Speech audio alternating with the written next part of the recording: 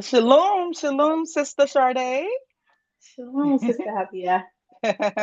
Good to see you. Good to see you.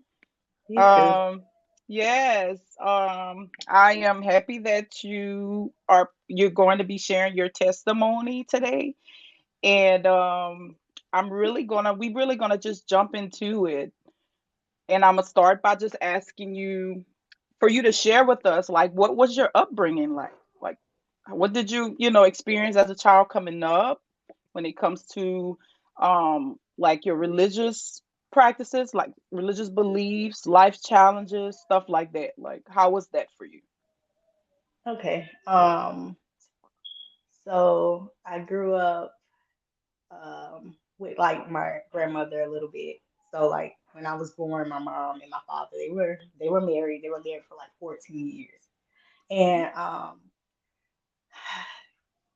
my mom ended Mhm. up joining the military when I Mm, was like 8. She joined the military when we were staying in like we moved around a lot anyway. So like mhm, when we were staying in Panama City, my mom ended up joining the military there, and my grandparents they stayed in another part of Florida. So we moved. I ended up me and my siblings ended up moving with my grandmother, and mm, that's I would say that's probably where like the religious part started for mm. me as a child, Right. because um, as a child So like oh yes pretty sir. much when your mom went to the military, you saying you guys stayed with your grandma while she was away, correct? We did for a while, and then we kind of like I moved with my aunt a little after that because my mom she did 2 tours, so she was in the military. If I'm not mistaken, I think maybe like 6, 7 years or something like that. But I do know she did 2 tours. She did Iraq and Afghanistan. Okay. So it was Wow. a while. It was a while. We moved around a lot, especially like when Mm, she joined the military. That's when it mm. happened a lot Right. as well. Because when she would come home, we would move and then we'd come back Mm, and stuff like that. My grandmother, she kind of just stayed in one spot in Florida, like all her, like her and my grandfather. So we would go stay with her a little bit when my mom would have to leave, and then when my mom would come back, we would go with her, whether it was out of Florida, in Florida. It was just different parts. right. I see. I see. Mm-hmm. And Mm-hmm. so the religious part for me as a child, like it started when I was staying with my grandmother. My grandmother was very faithful with going to church every Sunday. um, I it was like a family owned church, so Wow. um, it Wow. wasn't my family. It was Oh, okay, okay, another. It was okay. another family. Yes, yes. Let me Okay. clear that. It was another Okay. family, and it was a female pastor. And Wow. Okay. yeah, she and I believe it was like her nieces. Um, Mhm. they were just it was just a family oriented church, like, Right. Did they and have it wasn't men? a lot of members.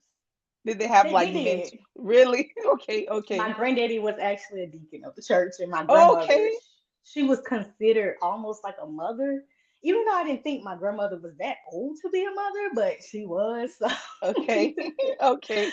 But my grandmother, she didn't play neither, so it was like, yeah, she was like one of the ones who, like, if you sat in the front pew, you better have on a sheet or Uh-huh. something to cover your legs. Uh-huh.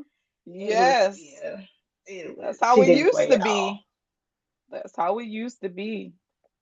And forgive me, I don't know if it was, I can't remember if it was Baptist, Apostolic, but I know we would Mhm. do the church conventions where Mhm. churches get together. And Right. one of the churches we got together with, it was an apostolic church. Okay. And Okay. so Did they you would, guys dress a certain way, um, or the do you dress code, remember? the dress code for the church wasn't like strict or serious or anything like Right. that.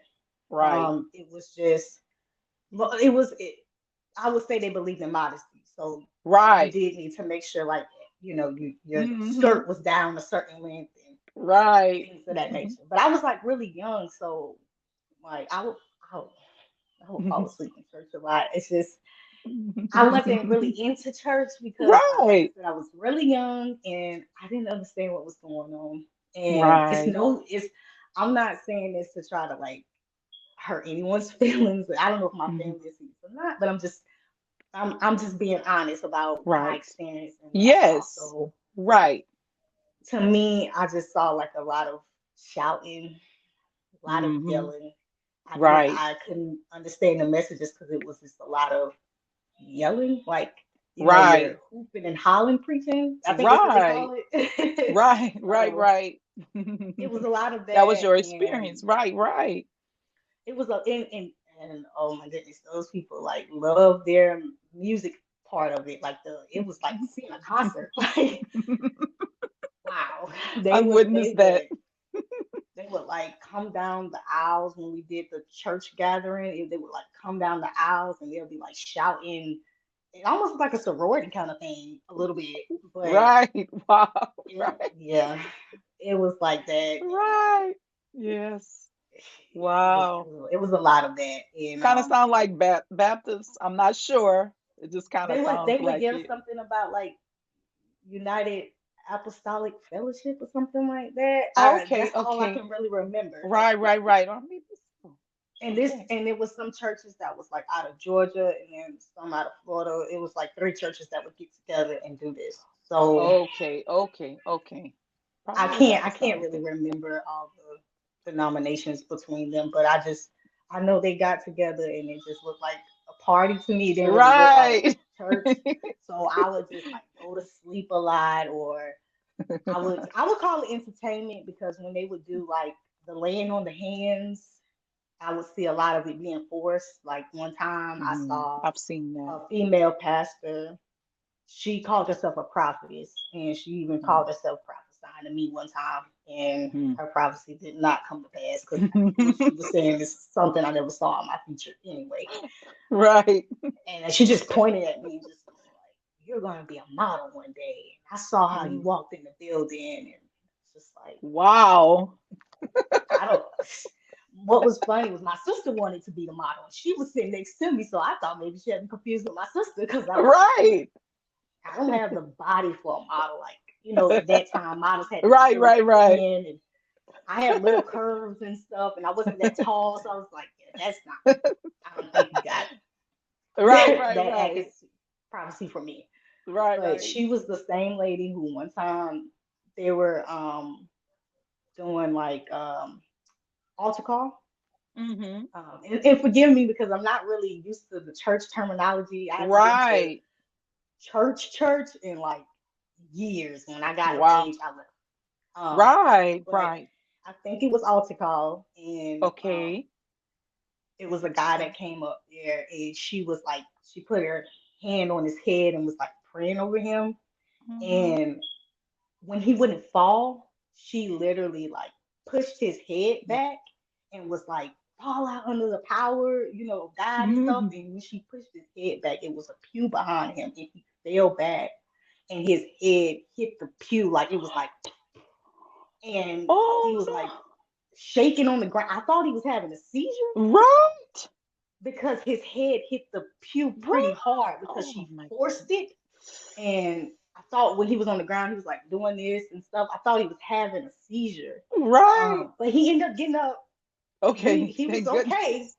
But when I saw that, I was like, for me as a child seeing that, I was just like, I don't want to be touched. Please don't put your hands on me. Like that was kind of me because I was like, Right. you and my grandmother, would want us to go up there sometimes and, to do the altar call for, prayer and stuff. But for Mm-hmm. me, it was just kind of like, if you guys do that, I don't want to be touched because Mm. I don't want to fall. And I don't need no Right. one making me fall. And clearly she Mm. made him fall because Right. we saw the force of her hand extend out Right.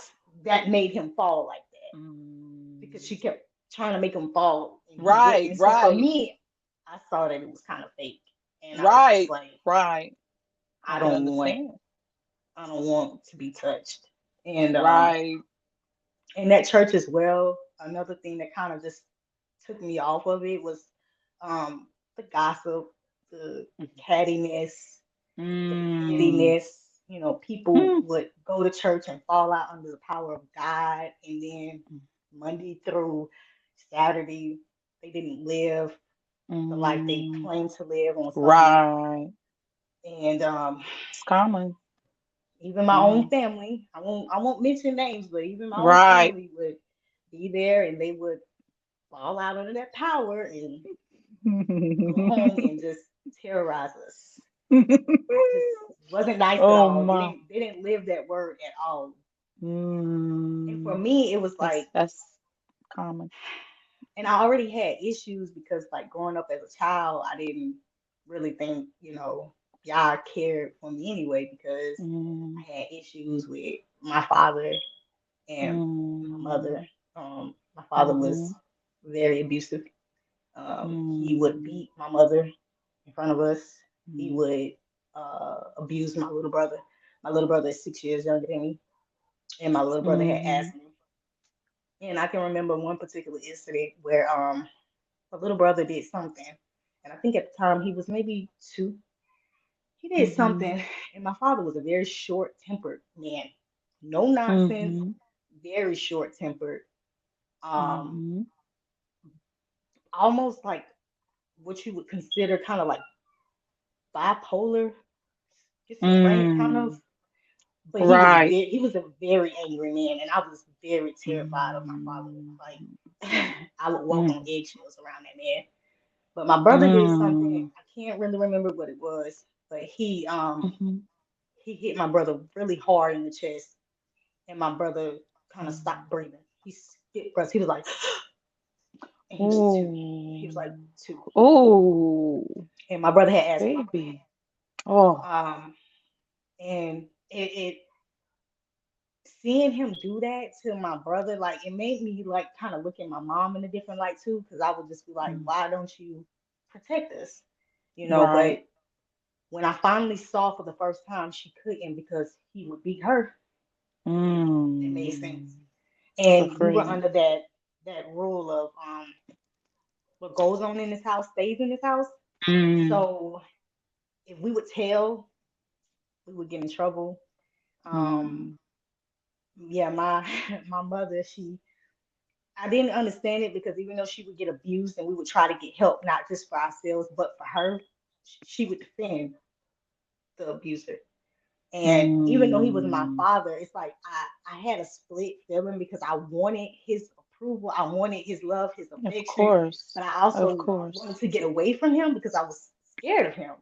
Right. And my father never really physically abused me, but the Right. verbal part, oh, I caught Mm-hmm. it. Mm. He would let me know constantly I wasn't his daughter. He didn't love me.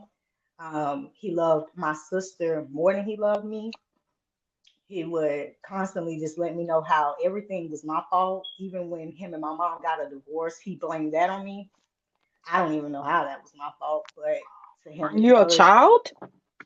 I was a child. Um, on my 13th birthday, he uh he let me know how he just couldn't stand me. It was my 13th birthday. I wanted to go and get my second hole in my ears at the time, and my father was really upset about it. And I didn't understand why because he had just let my sister, she's 3 years older than me, and we don't have the same father, so he actually adopted her from the time Mm. she was born. And Mm-hmm. I didn't understand why he was, so upset with me about getting my ears pierced because he had just let her get a piercing, and I can't remember where it was, but she just got a piercing as well. And he was all happy with that, but for me, he was real annoyed, and I was just like asking him like, why are you so upset? Like she just got her piercing, we just going, again, it's my birthday, like, and I didn't want to go anyway, but my mom kind of like just was like saying we should go. She was already remarried at this time. Well, Mm. yeah, she was remarried at this time. Mm. And he was just like, I can't stand you. I never liked you. I love your sister more than I love you. You're not my daughter. Um, I just he just always displayed such a hatred for me. And that was like the first time he actually let me know how much he couldn't stand me. And I think at that moment, that's when the rage part kicked in. Like the timid part Mm. of me kind of died, and more the angry part kicked in because Mm. we were like this close face to face arguing at that point. I was like, well, I can't stand you neither. I wish you wasn't my Mm. father. You know, like we were, because, Mm. and I know it's disrespectful to do that, but at that time, I was just like, you have like terrorized me all my life. You was Right. always scared You me. was You've always hurt. pushed me. Mm. Yeah, Yeah. and you've done plenty of things to affect my life in a negative way. Like you're my Right. father, but you're the first guy who broke my heart. Like, and Oh, you let me know right. that. And I'm your first daughter, but you let me know that you hate me so much, and I never even knew why. Mm. And Right. then And for you was like my just trying to 13th express birthday, that. Mm-hmm. right? And then for like my Mm-hmm. 13th birthday, you let me know how much you hate me and how much you love Mm. my sister more than you love me. And it drew a wedge between me and my sister. So for a long Mm. time, I hated my sister. Like Mm. I hated her. I don't hate her now. I Mm. love my sister now. Right, But right, right. You was trying to deal we with those talked, emotions and stuff, and those and feelings. I didn't understand, at the time, why y'all would allow me to have a father like that. So I would blame y'all. I'd be like, Mm. you don't love me. You clearly don't. You Mm. gave me this beast of a father who just verbally abuses me. He Mm. physically abuses my brother. I'm sorry. That's okay. Take your time. That's okay. That's all right. That's He's all like right. the reason why me and my mom can have a real relationship because she had to like work so many jobs to take care of us, and he was abusing her, and it's the reason why she even joined the army and left in the first place. Mm. Mm. Mm. So for a while, I didn't have like the mother or the father, Right. and it used to like just it hurted because like going to school and stuff, kids would always ask about my parents, and some kids didn't even think I had parents. None of my Mm. teachers or anybody ever really like met them Mm. because Right. my dad he would be either he was in and out of jail when he was in our life. He was either in and out of jail or he was there, but he just was very unattended to us.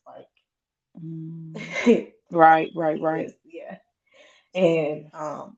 I would get very angry with like the most times just be like, "Well, why did you allow me to go through this? Like this man hates me. And my Mm. mom, she is so messed up in her mind. She can't be a mom to us. Um, Right. and for a while, like I held grudges against all of them, like my sister, because even though she Mm. didn't want that attention from my father, how he would praise her and stuff, she Right. didn't want it. Wasn't She her didn't fault. like it. But I felt like, she could have at least spoken up for me and my brother to protect us more. But Mm-hmm. I at the time, when you're a child, you don't have an understanding. Yeah, of course. And I didn't have an Mm. understanding. So I was Right. just I was just so angry, but I didn't know what to do. And because my mom was really, they were really strict on the don't tell rule, like, what goes on in this house, it stays in this house. We had no one to like really run to protect us. And the one Mm-hmm. time we did, like the one time my sister called the police on my mother's behalf because my father was actually choking her out in the yard with a water hose. My mother Mm. turned around and she snapped on my sister and she was like yelling at her and was like, "Why did you do this?" And when my grandmother showed up, she called my grandmother too, and they showed up. My mom was just so angry with my sister, and I never really even seen her get angry with my sister at all. Mm. This was the child that always got praised, so when I saw that she was really angry with her, I definitely Mm. wanted to stay out of the way because I wasn't the favorite. I was the second, Right. and I was scared and just trying to process all of that.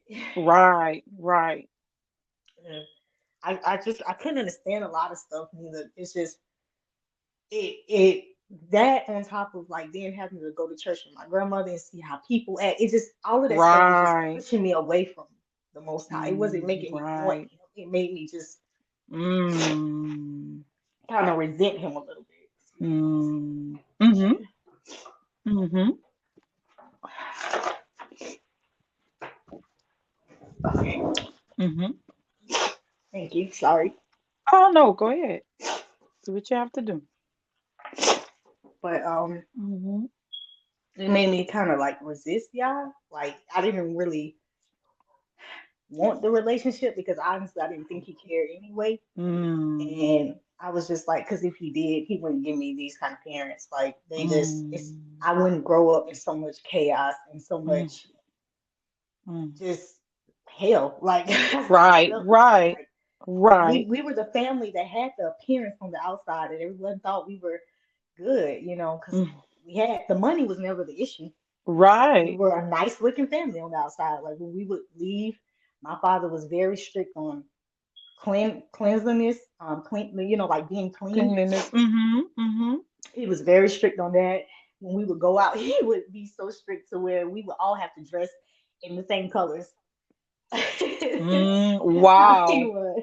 The same Um, colors.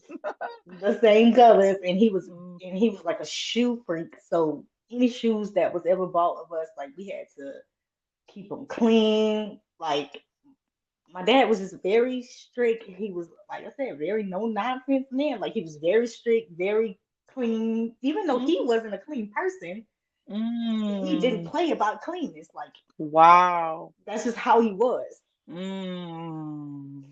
And on the outside, people would look at us and think we're like the picture perfect family because we looked it nice on the outside. But Right. I'm like, only if people knew we go back home to hell. Like Mm. my father is when he would introduce us to his friends and stuff like that, he would talk so highly of my sister. She was always the smart girl, she was the good girl, and he would just be like, "This is my other daughter, and this is my son." And I Mm. don't know if people ever noticed that, but to me, it always made me feel away because I wasn't always good in school, and she was. So to me, it was like, well, I must be Mm. the dumb one because Oh, she's the yeah. smart one, and that kind of stuff is just it Right. made more of a wedge between me and my sister. And Right. then Right. Can see just how. just dealing with all of that with him, it made me Mm. just kind of resent. Yeah, like Right. he don't care anyway. So I started to lean more on my own understanding. Mm-hmm. And then like around the time I would say like 14, Mm-hmm. 13 going on 14 between those years, Mm-hmm. I I would just like I would pray the most silliest prayers at the time. But I was sincere about it. I would You ask were God to praying. just kill me though, but it wasn't good. Right. I was asking Mm. him to kill me. Oh, to I would, kill you. Oh my, I didn't yeah, hear that part. I because thought you I said didn't. heal you. You said No, kill. no, Woo. like I said, I didn't have a real understanding. Like even Right. between the ages of like 8 and I say like 8 and 13, when I was going to church with my grandma, like I said, I saw a lot of that in the church, so I didn't believe in what was going on. I didn't believe that, like Right, right, right, right. because I didn't see people operating how the words say that you should operate when you're Right. supposed to be set apart. I didn't see Right. that. You So didn't see it. I'm like, Mm-hmm. y'all gossip about each other. Y'all hate each other. But y'all smile in each other's face. But when y'all leave church, y'all tear each other apart. Like you hate each Mm. other. Wow. And then having the father I had, mother I had, no one ever explained to me anything. So growing up, I learned a lot of stuff through experience. I learned a lot of stuff just through hard trial and my own understanding, which led me to make plenty of bad decisions because Right. I had no understanding. Yes. Right. And like when I would, like I said, I would pray to y'all and just ask him to just like kill me because I was just like, you don't care anyway. This is not Mm-hmm. better. At this time, I wasn't staying with my father no more, but my mother, like her joining the army did not help. She would Mm-hmm. isolate herself when she would come home from work. She would work, she would come home, she would cook, she would go in her room. And this was the routine. We would try to come in Mm-hmm. there with her, she would kick us out. She Mhm. didn't really want us in there. Mhm. She was very closed off, and Mm.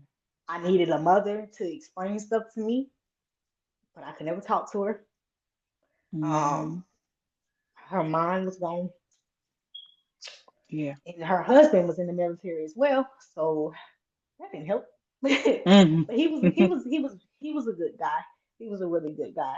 Um, Okay. he was always really nice to me. He actually heard how my father spoke to me one time, and it hurt his heart to hear that because he had children of his own, and he praises his kids. He loves them, Mm. and I think that's what made him cling to me a little more out of all my siblings because Mm. he saw how I got treated.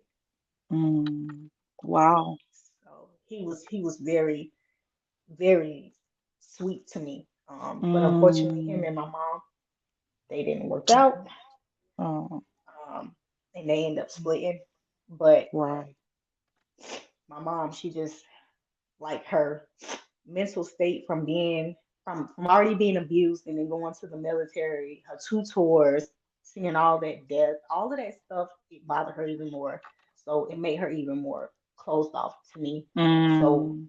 just like having to lean more on on my own Mm. understanding as I'm getting older now. And my Right. sisters, I had two older sisters. My oldest sister, she's 6 years older than me. She stayed with us for a little bit, and after that, she moved back to Florida. But they were all like kind of doing their own thing. Mhm. Like my oldest sister, she had just had a baby, so she was kind of just like doing her own little thing anyway. Right. So, and then my other sister, she ended up when we ended up going back to Florida, she ended up getting pregnant. So they Mm. kind of repeated cycles of just having kids early. Um, Mm. they were having babies at 16. My mom, she ended up actually, she had my oldest sister when she was 14. She got pregnant with my oldest sister. My grandmother, she got pregnant with her first child at 17. Mm. And then my two sisters at 16. Um, it was just a cycle, just, Right. being repeated. Right. But for me, I had my first child when I was 21. So, Mm. and Mm. mine was kind of different, I guess, just seeing all of that. I, Right. I told myself I didn't want to have Mm. like the multiple baby daddies. I didn't want to have the kids at the early age. I saw a lot of that stuff. So that stuff I didn't have to learn through trial. I saw that and just decided I Right. didn't want that for myself. Mm. Right. Right. Right. So that was kind of the one thing I didn't want. Right. Um, Mm.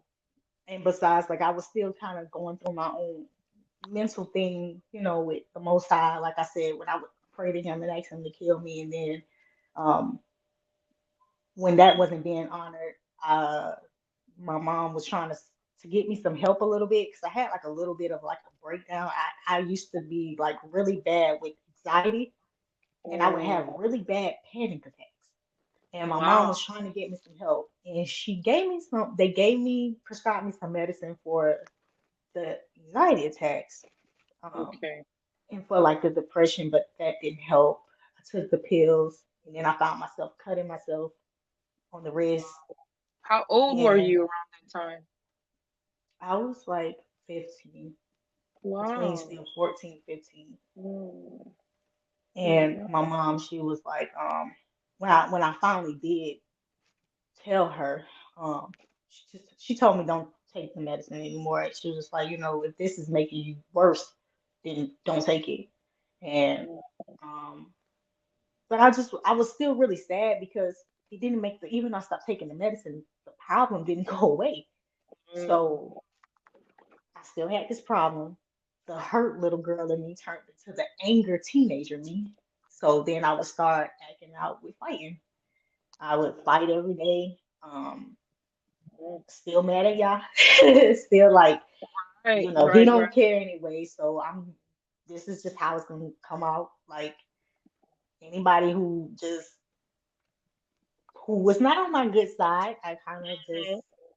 released it in the Mhm. physical way. I didn't know how to talk because even when I did try to talk, no one was hearing me anyway. So because we never talked about stuff was just kind of swept under the rug. People were too busy. People dealing with their own trauma, their own problems.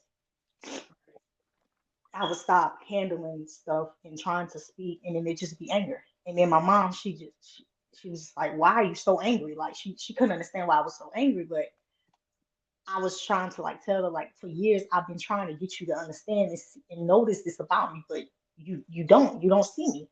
Like Mm.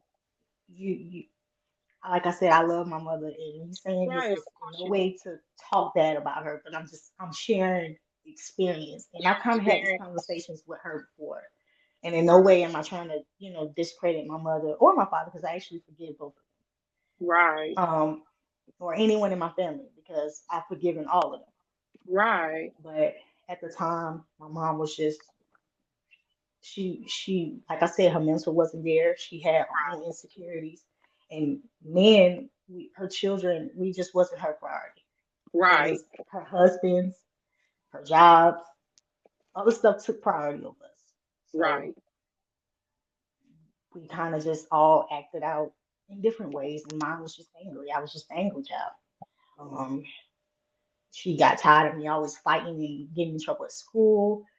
Mm. Got kicked out of schools. Um, she was starting to feel like she didn't know what to do with me, and Mm. my temper was just it was getting out of control. And then as I started to get even older, I would start drinking. Um, I started going to the club when I was 15. That was the first time I went. My sisters actually took me. My middle sister wasn't happy about it, but my older sister, she was a big influence on my life. She wasn't a good one, but she was a big one. Mm. So a lot of my trouble, She had the getting in little sister trouble tagging came from along. a lot of my getting in trouble came from her. Mm. Uh-oh.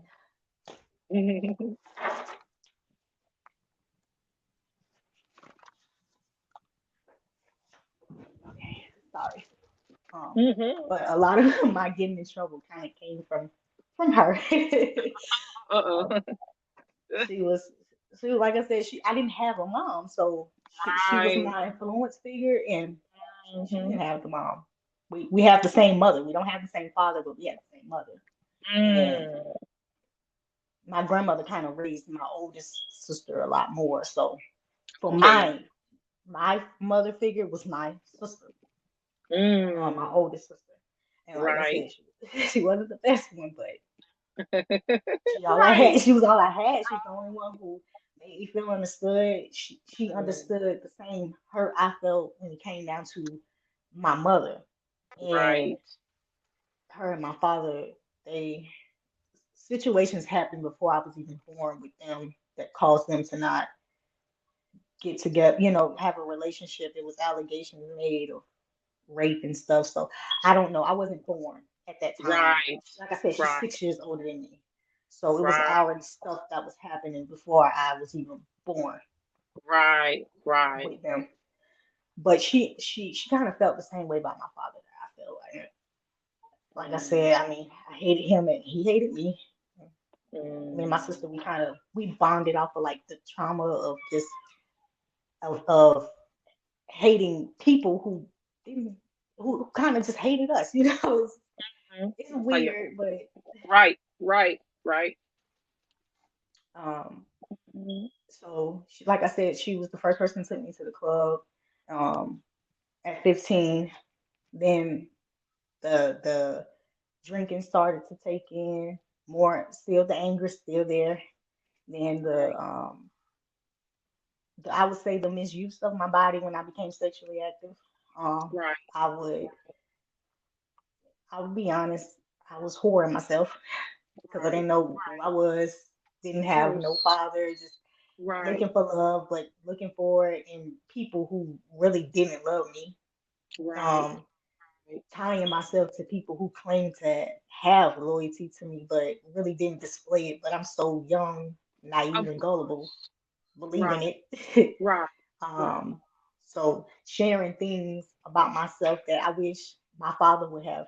or my mother would have like displayed to me, you don't do that. Just because a guy says you're pretty or he compliments you, you don't have to be that girl to be like so naive to where you believe it and Right. you just give in to that.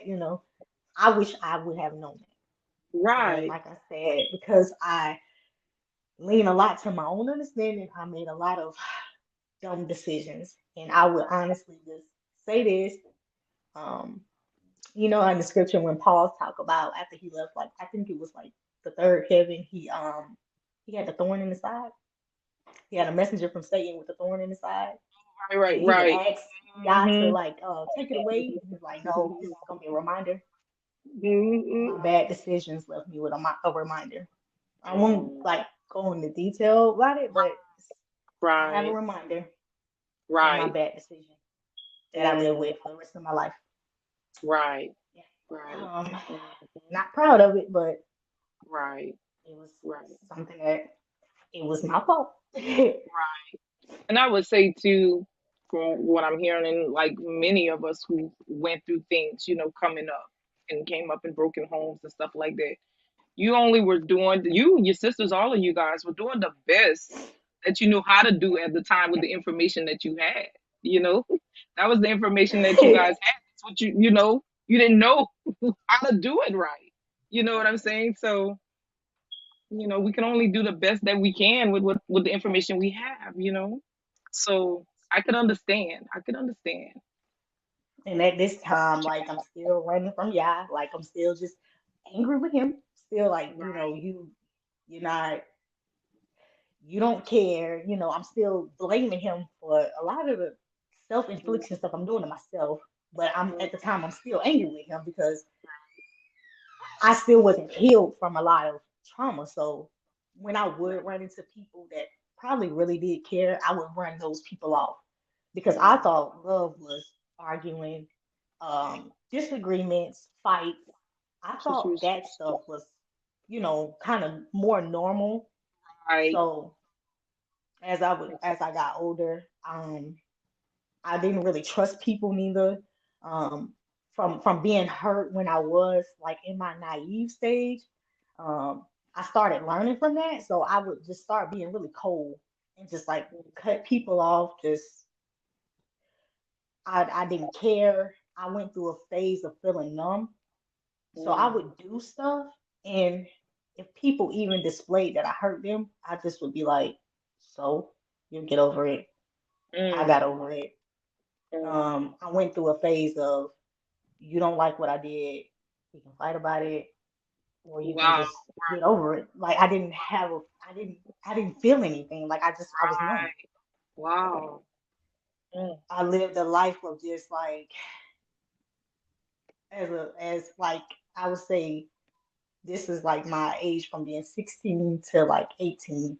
I just lived a life of just like partying, drinking, fighting, not caring, um, sleeping around right. with guys who they were boyfriends, but they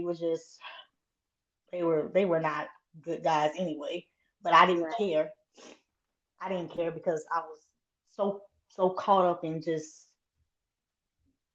my attitude, I guess, of just feeling numb anyway. So it just really didn't bother me that they wasn't really good guys. Right. I was already Right. feeling numb anyway. So Mm, and I didn't do drugs, but I drunk a lot. I started to find mm, myself even like drink during the day. Like we would drink a lot and we would club like there was a club that would be open on Saturdays, Fridays, Sundays, Wednesdays, and we would just go to the club every day it was open. Um, mm. wearing little clothes. Oh gosh, still had posted those pictures of the little club pictures. Anyway, it's just a mess. But Mhm. um like just really just displaying just poor behavior with a bad attitude. I would say that was Mm. me. Um, I didn't know how to channel a lot of stuff about myself, so I just kind of acted out of that, just fighting. Like I said, drinking, clubbing, and that was just Right. kind of everyday life. And my life was starting to just it was spiraling. And when I my sister actually one day she gave me a real hard reality check. Um, she we was in the parking lot of Walmart, and I'll never forget this because I couldn't believe my sister who my bad influence was trying to tell me about myself. I was very shocked. I kind of Mm. had like the the attitude of like the nerve of you trying to tell me, and I got a lot of this from you. Like, Right. but she gave me a real hard reality check, and I thank God Mm. that she did because it was that reality check that kind of set me on a path of trying to get myself together, and it was from that path, it was from that moment that kind of led me into getting my life together. She told me, she was just like, I don't know what you got going on out here, but you need to get yourself together. You think because you're grown. At the time, I had just turned 18, and when I turned 18, it was like you really couldn't tell me what to do. I wasn't Mm. listening anyway. As a child, Mm. as a teenager, I would totally rebel against my mother. Like Mm. she couldn't. She really. It's like I would say it was disrespectful because I was rebelling, but my mom would like tell me, okay, don't you leave the house, don't do nothing. My sister would come over and she'd be like, you want to go? And I know my mom would tell me not to. And I'm like, yeah, let's go. And my mom Mm. like, didn't I tell you don't leave? And I was like, well, I was with my sister. And she was like, I don't care. I told you not to go nowhere. And I was just like, Mom, calm down. I'm coming home. Like she was right. Mm. But my mom was like I said, she couldn't really tend to me like that anyway because she had her own issues. Right. So I didn't think my mom really cared anyway. So I was just like, and I know she wasn't really gonna do nothing because I'm like, what, I had the mindset like, what are you gonna do? Because you, I was starting to display that attitude of you didn't raise me, you care about this more than you care about me. So how you gonna tell me what to do? I was starting to feel that way too. Like I had a lot of rage towards her around this Mm. time.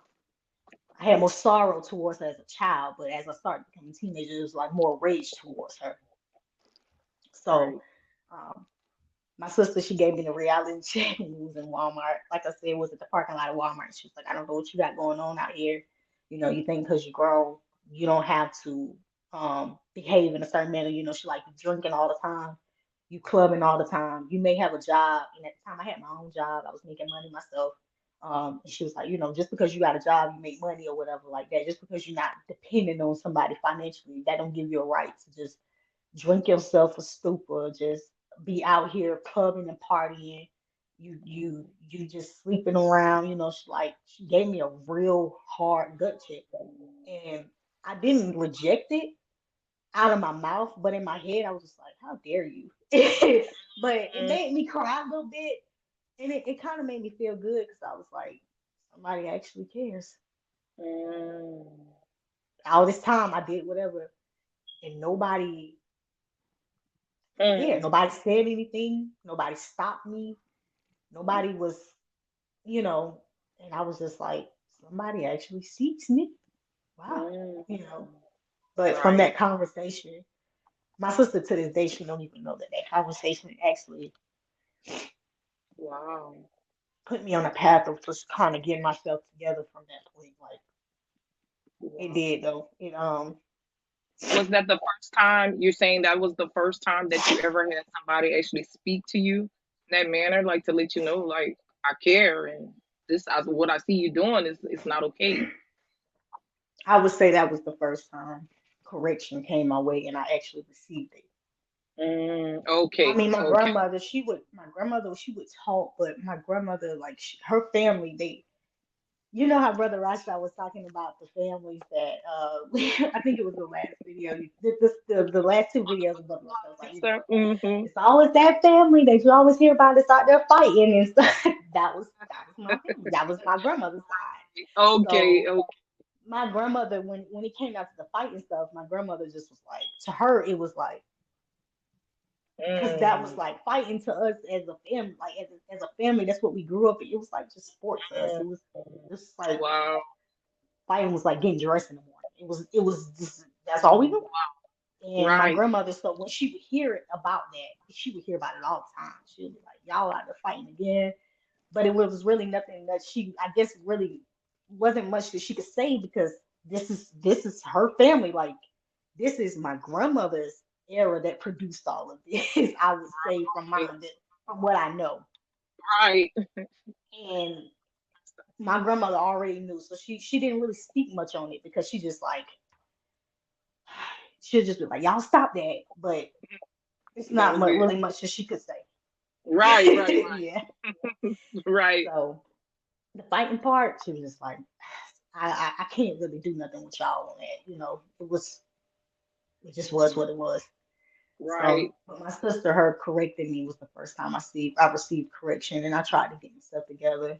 I caught myself trying to sign up for school again because after I kept Wow. getting kicked out of school, I dropped out, and I was just like, I'm done with school anyway. I can't even stay in the school because I keep getting in trouble. So I was trying to get myself back in school. I tried to sign up for the GED program. I was still working my job, and my mom was like, um, and at the time I was staying with a boyfriend, and I ended up leaving my boyfriend because we had a fight. We came from the club one night, and I was super drunk, and I can't even really remember how the fight started. I did something that made him so angry. Um, he didn't hit me. No, I take that back. He did. He hit me from behind, and I stabbed him like twice with a knife. Ooh. Um, and I ended up calling my mom, and my friend gave me a ride home. And my mom was just like, when I called her and I was crying and stuff, and I was really drunk too. And she was like, "What is going on?" And I wasn't making out what I was saying because I was so drunk, but I do remember the fight.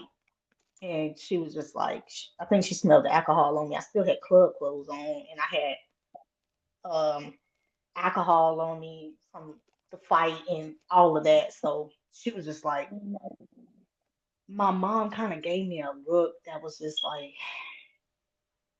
it was normal to her, and she was just like, "Let me help you get cleaned up." Like it wasn't shocking to her, like, but because Mm. she was abused before she knew, Right.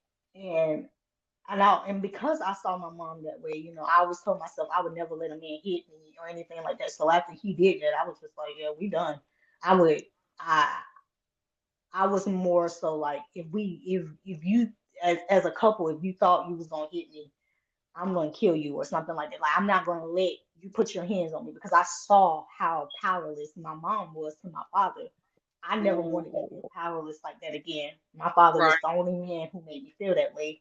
And when I found my voice at 13 to stand up to him, I was just telling myself, I never let no man, no one, period, but especially a man make me feel so powerless. Like I saw my mom with him. So my mom, she took me in, she cleaned me up and stuff, and then the next morning she told me I had to go to job court. And I was telling her no, because I was like, Mom, I got my job here. I'm signing up for school. I'm trying to get myself together. But in the midst, I messed up and got drunk again, and that's when the fight happened. And to her, she was just like, I know you trying, but you got to, you got to do something else because it's not working for you here. She like your attitude, your temper. And at the time, I didn't know I was scared of my mother. I scared her to the point to where she thought something was gonna happen to me because I would be fighting all the time. I would be drinking all the time. It was times when I was in the club and I passed out in the club drunk. So, Wow. but she didn't Mm. even know about that. Mm. But she was so worried for me. I Right. didn't realize that because I thought my mom didn't care anyway. So Mm. she told me I had the choice of going to job court or getting out. And I was like, okay, well, I'll go because at the time I had nowhere else to go. Um, Right. so I was like, all right, signed up for job court. And that ended up being the changing point a little bit of getting myself to, on the right path. At the time, I wasn't acknowledging Yah, but I did end up getting baptized. And I only got Okay. baptized before I left to go to job court because my mom told me to. Oh, I didn't get. me, I'm like, well, it sounds like you like, It's not yet. weird. It's weird, but I did it for her comfort because she just, Right. At the time, I was looking at it like, Mom, you keep nagging me. I'm gonna be fine. She was like, just do it. Just do it. Please. I want to know you got over there safe. Just get baptized. And I was like, and at the time, I didn't know if I was doing it in vain anyway. So if something was happening to me, there's no telling if I was gonna be saved because I didn't mean it. I just did it to get her off my back. So Mm, I was she didn't understand. Like my mom was starting to be on, I guess she was starting her religious journey, but for me, it wasn't that for me. Because I didn't mm, want to go to job corps anyway. And I'm like, Mom, you're forcing me to do something else that I don't want to do. right. But I was just trying to get off my back, so I did it anyway. Um, I didn't feel nothing. She was Mm, all happy and smiling. She was like, "You feel good?" And I was just like, I don't know what I'm supposed to be feeling. I don't even remember what the guy said. Uh, mm, pastor who baptized me, I don't even remember what he said. right. I, I just went down in the water and got up, and that's all I remember. I don't remember what he said. I don't even remember what he asked me. I don't. Mm, Um, and he wasn't like my pastor. I wasn't going to church. Uh, right. so Wow. I didn't. So my transformation into Yah wasn't religion and then him. It was from the streets to him. Wow. I didn't have Wow. religion. I saw it, but just and like I said, from the stuff I saw as a child, I stayed away from it. On top of, pasthood trauma and stuff, I just stayed away from that stuff. So Mm, that wasn't it for me at the right. time. So I thought. um, Mm-hmm. then I met my husband at Job Corps, and I'm so thankful. Like my mom made me go now because I was like, if you didn't make me go, I would never met him probably. Like my husband is a really good guy. Like I love him to pieces. I see you started when you said I met my husband. You Yeah, because at first when I was there at Job Corps, I didn't even want to be there. I wanted to leave. I kept trying to do things my way, and at the time I didn't realize y'all was like really shaping. Right, y'all was like showing me to my face, but at the time I didn't know it. That I wasn't in control of the situation. I kept trying to do stuff to get out of this, like, and stuff would come up to where it was like, nope, but you gonna go through this. You gonna do this. And mm-hmm. when I got the job corps, I remember I was at the door at the counselor's office door telling them I was ready to go home because I was of age, and if I wanted to leave, they couldn't keep me. They had to let us go. And Mm-hmm. I was at the counselor office, and the guy told me to hold on, and he was like, "I'm dealing with something right now. Just hold on." So I was standing in the hallway for at least like 5, 10 minutes. And at the time, he wasn't even my boyfriend, but at the time, my husband. At the time, he wasn't my husband or nothing, but he saw me standing in the hallway, and he started talking to me. He was like, "Why are you trying to leave?" And I was like, "Because I don't want to be here. Like I had a job already. I was getting my stuff together. I thought I was doing stuff the right way according to myself, and I was Right, trying right. to say in so many words, I didn't need these people help. Like I was like, I'm here because my mom is just I wanted her to just get off my back. That's really why I'm here. To be like, Mm, okay, mama, I did it. It didn't work out.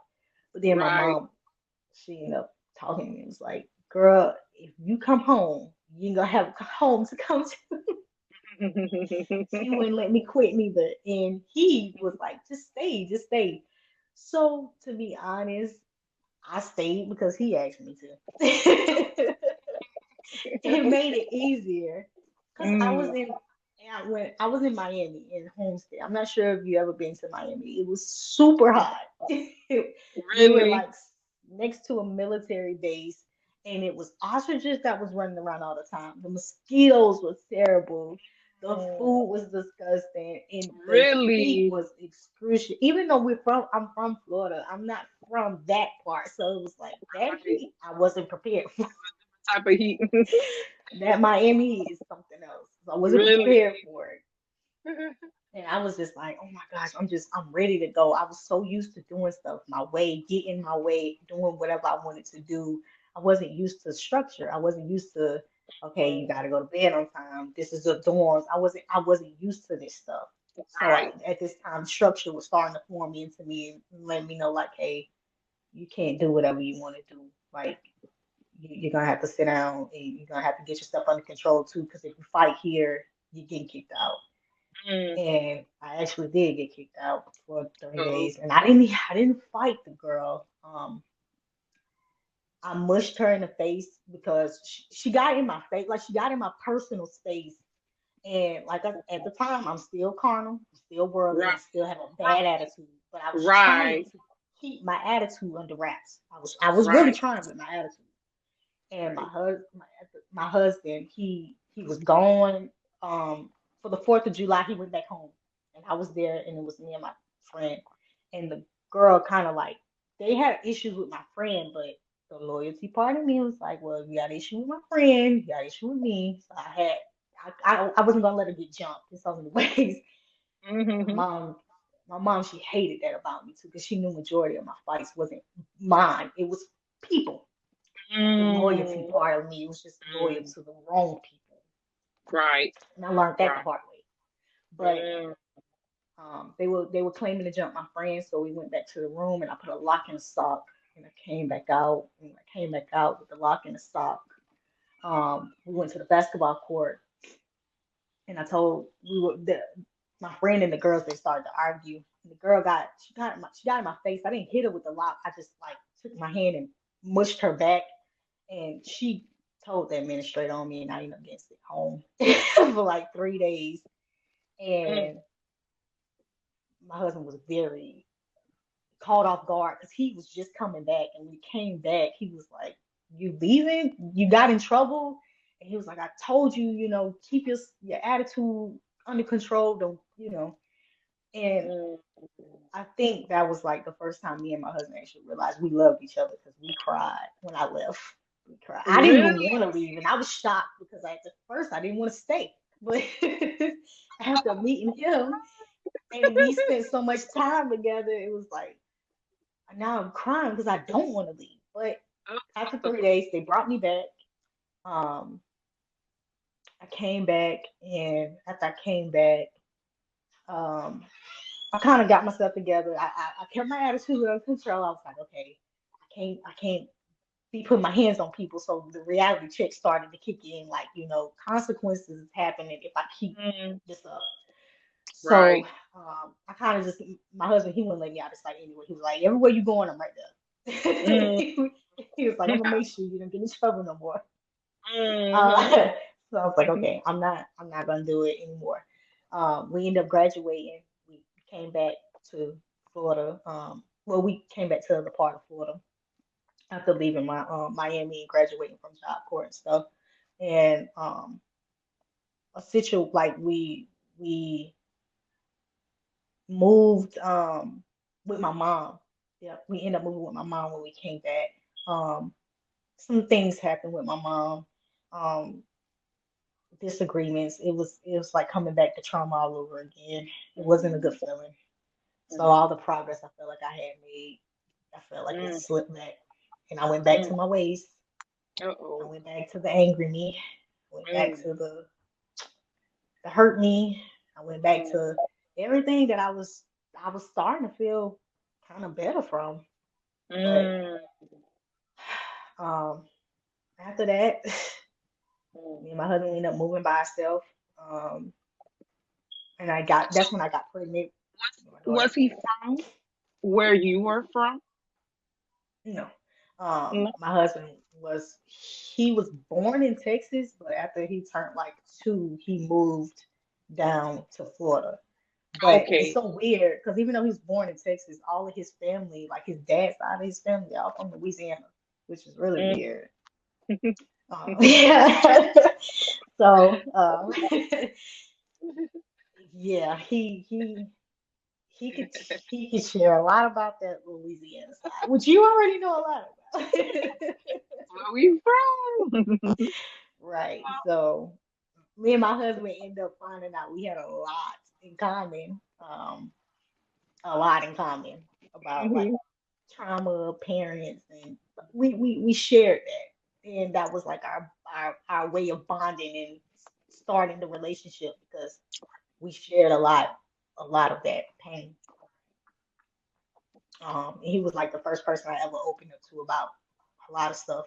I never shared anything I ever really went through. He was like really the first person. I had best friends and I didn't really share with them. One day, one of my friends just kind of saw it. She just saw what I was going through. She came to my house and literally just saw what was happening with me. And she kind of understood why I used to be so angry. But we never spoke a word of it. Like we had an unspoken understanding, me and my friend did at the time. Right. So that's how me and my husband bonded. I don't know, something about him just made me feel comfortable to share with him, and I did. And from there, that's when our relationship kind of just took off.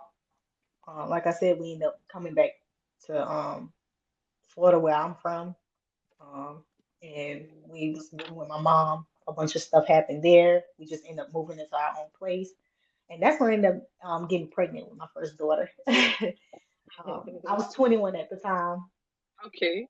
and I was actually shocked because I thought I couldn't have kids. I thought um, Really? I thought I Did messed myself up.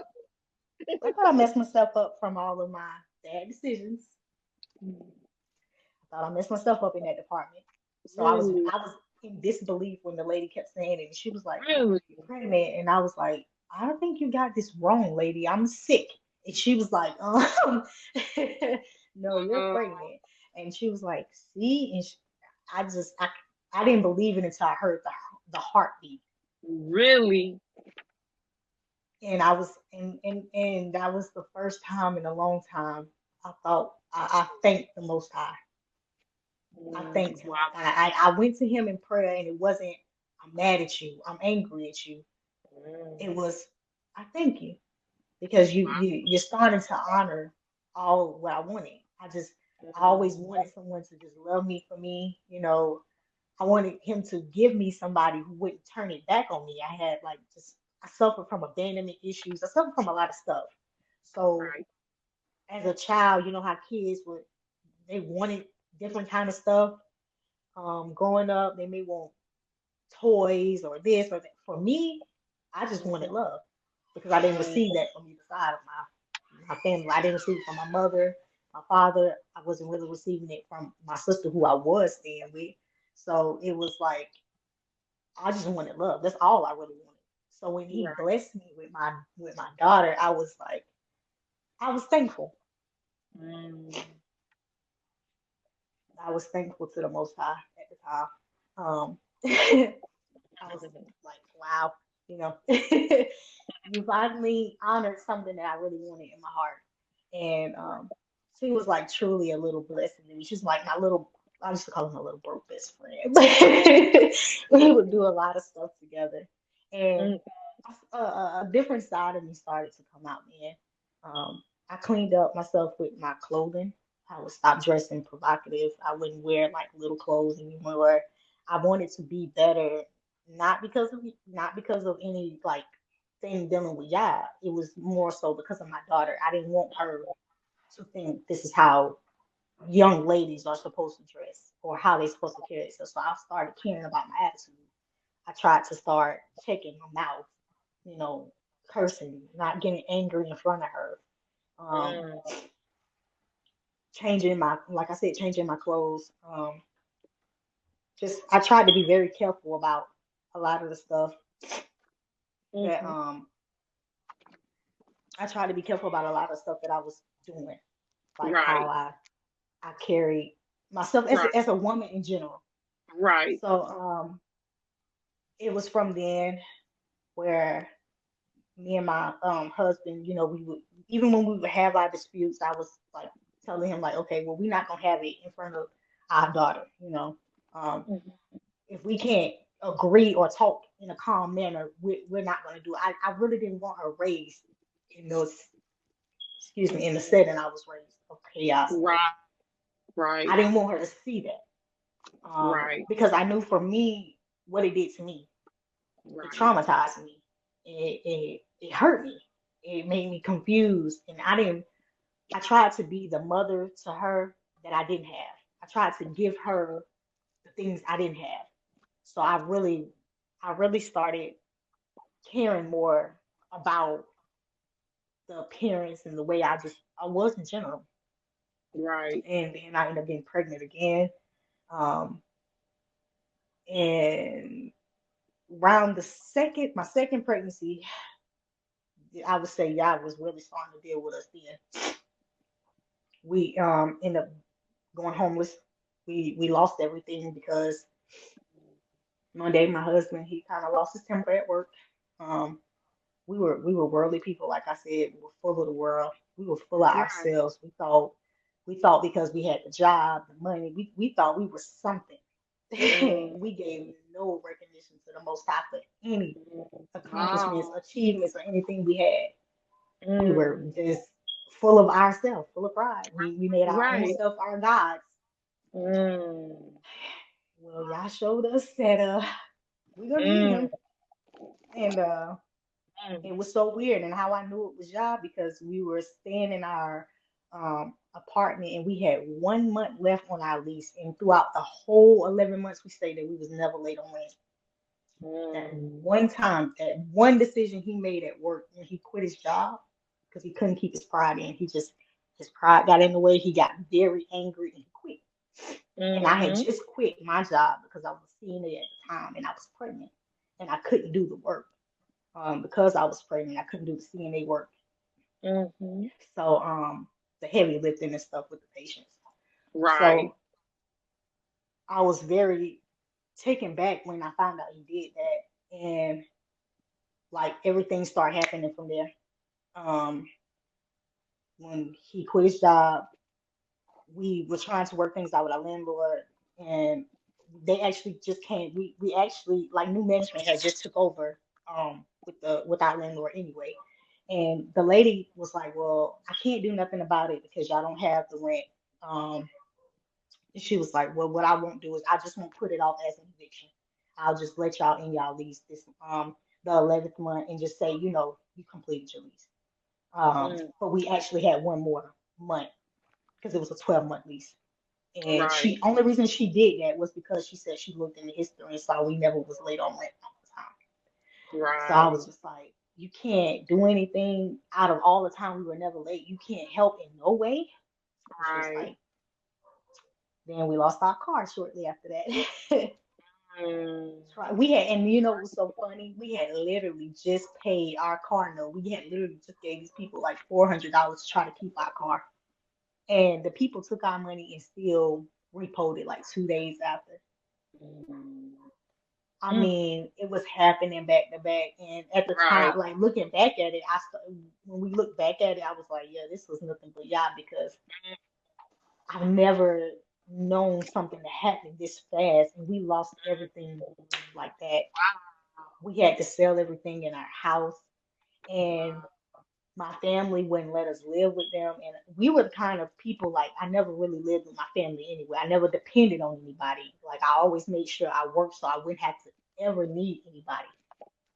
And that was just one thing I was always proud about. Like I never wanted to need anybody for nothing. So I always made sure I worked and stuff like that to make sure I had, and especially when I had a daughter, we wanted to make sure our daughter always had, and she never went without. Right. So I was very hurt when my family rejected us. And it was Mm, very hurtful to understand that they had a meeting one time about me and nobody invited me to the meeting and they were talking about me. And they were talking about me in a bad way. And it was hurtful because I had just done so much for them. Like I always did for my siblings. I've always did for them. Um, they had kids already at the time, so I always did for my nephews and my niece. I always would help, especially when it came to the kids, because at the time I didn't have kids.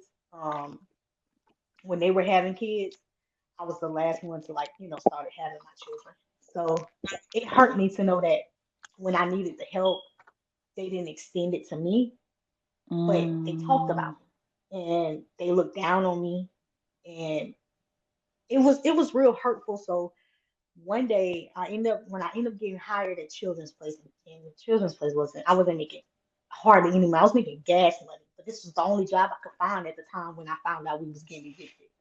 And my Mm. husband, he ended up started working at Walmart, but things didn't even turn out right then because he was working at a Walmart that was like literally 2, 3 minutes from where we were staying. But when we had to move, we moved all the way on the other side of town.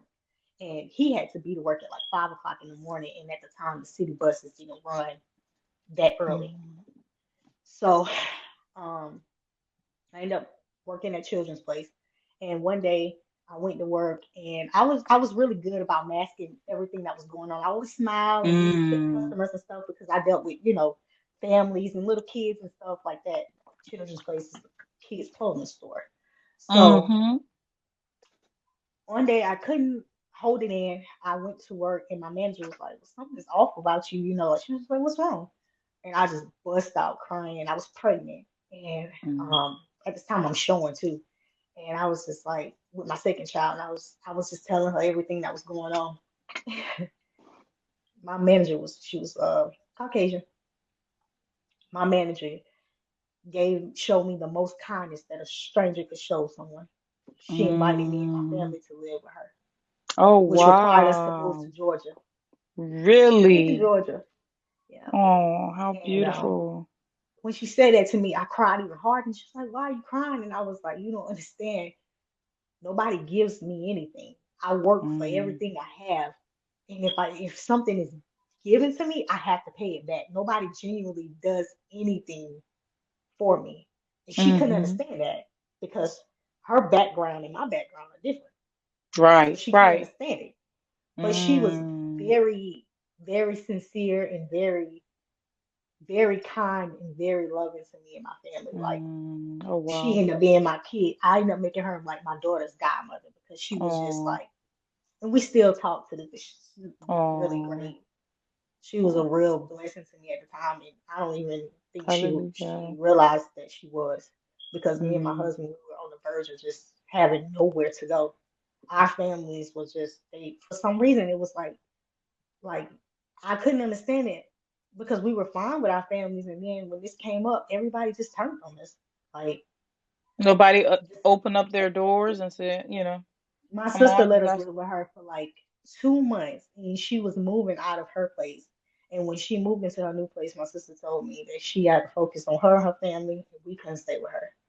And I was Oh. like, I only need to stay here for like 2 months because income tax was coming up, and we were counting on that at the time because Right, we didn't have a job, but I knew we would right. get something back, and I was like, I'll pay, I'm gonna give you some money out of this. And I never really troubled my sister with staying with her ever, never. Mm. And I had just helped her. I was like, I knew my car was on the repo list, and I let you use it, and you were driving around, and they spotted my car, and this is how they found my car because I gave it to you for you to use. And I was just like, you're rejecting me, and at the time when I need you, and I've never needed you like this ever, and I've Mm. always been there for you, like it hurts. Mm. So And you it's like actually right there, my asked. You I actually did, asked for the help. Mm. and she told me no. And Mm. we had conversations about it afterwards, but for a long time, I resented all of them. And this was like Mm. 2017 when this happened. I resented all of them. I wouldn't talk to them. I wouldn't talk to my family or anything like that. I was done with them. Um, Mm. and but it's a blessing in disguise. At the time, we didn't realize that this was a good thing, us losing everything. Mm. um, when I look back at it now, it's like, yeah, it's really good because he started working on my husband. He worked on him Mm. first. Um, I felt really bad because when we did move into Georgia with my manager, my husband, he ended up getting a job, and it was a job that paid weekly, but it was a 12-hour shift job, and it was from 6 at night to 6 in the morning, and we didn't have a car, so we was working off one car, which was my manager's car, and she would allow me to ride him in the Wow. morning when he got off, but when he had to be to work, he had to walk, and when I say his walk was almost an hour walk, and he had to stand on his feet for 12 hours at work. So he had to go to work and stand on What? his feet for 12 hours, but he had to walk to get there. And he was Wow. working at like a mill, so he had to wear like the boots and the construction hat, and he would walk, and I Whoa. would feel awful. I wouldn't eat Mm. because I felt Mm. so helpless. Like I couldn't do nothing for him. Mm. I know my husband is strong and he doesn't need my protection, but I always felt the need to protect him. But that's just anybody that I'm close with and that I love and I really care about. I always feel the need to Mhm. protect him. And I felt that Mm. way about my husband. So I felt really bad that he Mm. had to go through that. But Mhm. it's a good thing because y'all got him off alone. He Mhm. started working on him. Um, I think my husband's friend had a conversation with him about. I think it started with the holidays. You know how we're not Mm. supposed to celebrate the holidays and stuff. And Wow. I remember at the time my husband brought it to me. Um, I'll say maybe a couple of months after he started being worked on, he brought it to me. He was like, you know, we're not supposed to celebrate holidays anyway. And I looked at him and I was like, uh, I don't know what you're talking about, but we've been doing this. And I always dreamed about having my own family, you know, doing the little pumpkin patch with them, just the Mm. decorating of the house, the cook. I always All of thought that for my stuff, huh? own thing. So when he was telling me that, I was like, well, we're not really celebrating Santa. I'm not telling them Santa exists. I was like, they know I buy the toys. I was like, okay, so maybe if I just take it down on the decorations, but can we just and it's like he was getting convicted, but he would still be lenient because he knew I really wanted it. And we wasn't, y'all was, like I said, y'all was working on him, and I was still Right, up in right, my right. own thinking. Right. So I'll say like 2 years after that, my husband brought it up again. And he was like, we're not supposed to celebrate holidays. We got to stop. You know, he started getting firm now. So Okay, all right. um, I'll say 20. Okay, so it was 2020. This was the last year we celebrated it because we planned a Halloween party for our kids. And when no one showed up to the party, our kids was hurt. And it made me very Mm, angry. And I mm, sat back, and for some reason, something was like, you weren't supposed to be celebrating this anyway. And my husband was like, mm. see, I told you we weren't supposed to be celebrating this, and now the kids is hurt. So that was the last year we celebrated Halloween. That was the last Really? year we did Christmas. And what really did it for me was seeing my kids hurt on Halloween because we invited everyone and everyone said it was going to come and stuff, and they didn't. And that really made me angry because I was just like, whatever y'all have against me and my husband is one thing, but don't play with my children. That's another. Mhm. So Mhm. Mhm. that made me upset. And then that same year for Christmas, we went to my grandmother's house where all our family gathered. And when I was there, I was like, when we left, me and my husband, we had the same. It's so weird how we have the same brain sometimes. He was like, Mhm. "You felt that, right?" And I just looked at him and I was like, "Yeah." He was like, "We ain't doing this again." And I knew what he was talking about because my family, they wasn't acting like family. It was awkward. Everyone was at odds with each other. People, they didn't like each other. My two sisters, they wasn't talking. They were they were to the point to where they had exchanged words like fighting words, like they wasn't talking to each other. My mother and my oldest sister wasn't talking. It was the weirdest thing ever. And I was like, I came here for family, to feel family, for my children to be around family, but this doesn't even feel like love. Everyone in this room hates each other, and you could feel the tension. It was so thick. And my husband was like, see, we're not doing this again. He was like, this is why we ain't supposed to be celebrating. So I was like, all right, you're right. And I hated when he would be right. So I was like, okay. So um the next year we in 2022, I would say like no, in 2021, after I had my daughter, my fourth daughter, I was at the Mhm. hospital, and I kind of had like a breakdown in the hospital. I had this feeling of just being alone. Like I said, I suffered from a lot of stuff. Like I had um, abandonment issues. I would always constantly have panic attacks, anxiety attacks. Um, Mm, I would always have death thoughts, suicidal ones, um, mm, and just being alone. And when I had my mm, daughter, I was at the hospital and I was by myself, and it was in the middle of the night, and I cried out to the Father for the first time in a long time, and I don't even know why. It's just I felt like I was winning so much that I just couldn't hold it in no more, and I was just like, I don't know what I'm doing with my life. I was starting to hate my life. I was starting to hate me. I was mm, over me. Like I didn't at this point in my life, I wasn't blaming anyone. I was hating myself. I was so sick of me. mm. I was like, I'm tired of me. Everything I'm doing, I'm not happy. And I had this Mm. huge void in me, but I didn't know what Mm. it was.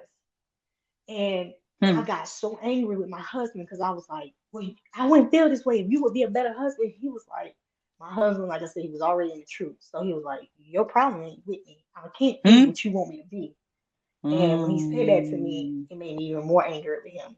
And I was like, Mm. that's your job. Your job is to make me happy. And he was like, no, that's not my job.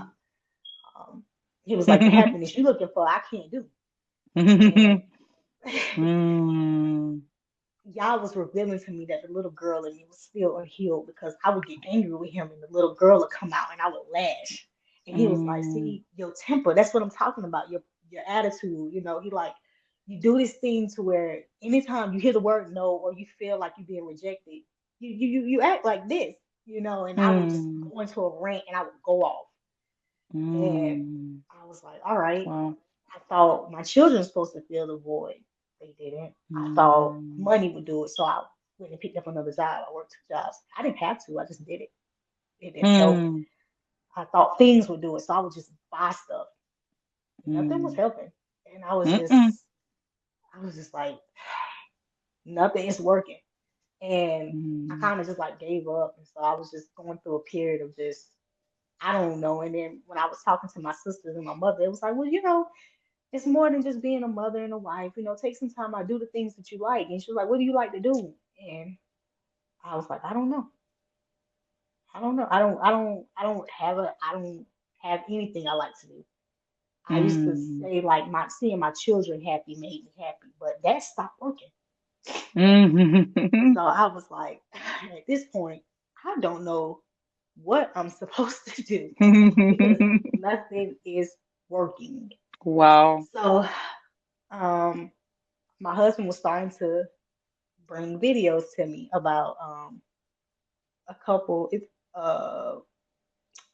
Watchmen and his wife Deborah. He brought me the video, and I kind of listened a little bit, but then I kind of like fell off a little bit because at the time I wasn't really understanding, what they were talking about. I couldn't understand the truth yet because I wasn't even in the faith yet. So I'm like, what they saying is not.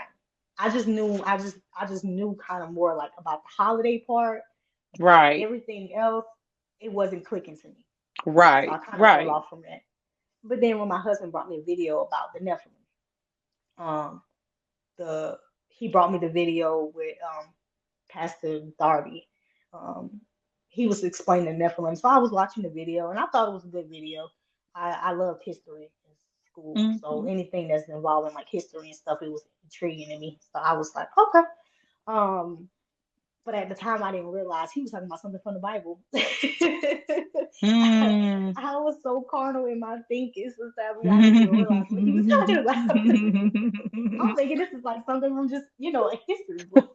Right, right, right. um, so as he was doing the video, um, Pastor Darby, he kind of went off on talking about the spiritual part of things, and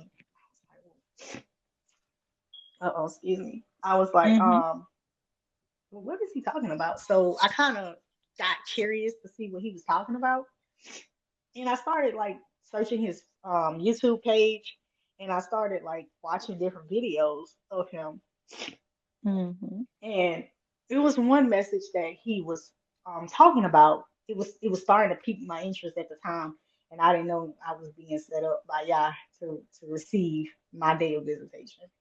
I didn't know that was Mm. happening. Wow. Um, he was talking in a video. In the video, I think it was called like "What Is Power" or something. And he said something that got me to see that I was my issue. That I had to stop blaming people for stuff that happened Mm. because he was like, uh, people don't like being around. He said something like, people don't like being around you because you're nasty. Your attitude, Mm. you show your bitterness. Like he was dealing Wow. with inner issues. And Right. for a second, I was like, is this man talking to me? Like, Mm. I know it's crazy, but I was like, is this man talking to me? And at the time, I didn't even know the man was dead. He had passed Mm. away at the time. I didn't even know Right. it. Right. Um, and when I found out, I was real heartbroken because I was like, man, this man, Mm. I've never heard a pastor talk like this ever. Like I Right. said, growing up in the religious part, I just saw it was a bunch of shouting, yelling, and Right. if they weren't talking about money, it was just a bunch of yelling and just theatrics and Right. shows and stuff.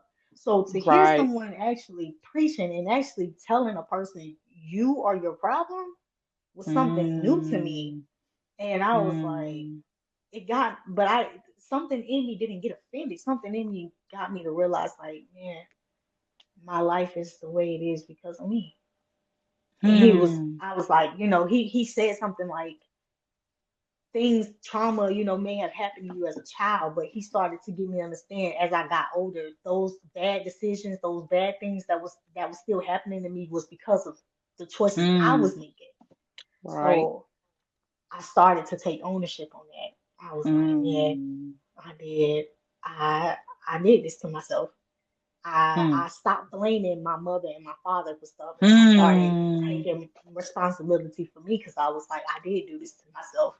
I I hoard myself.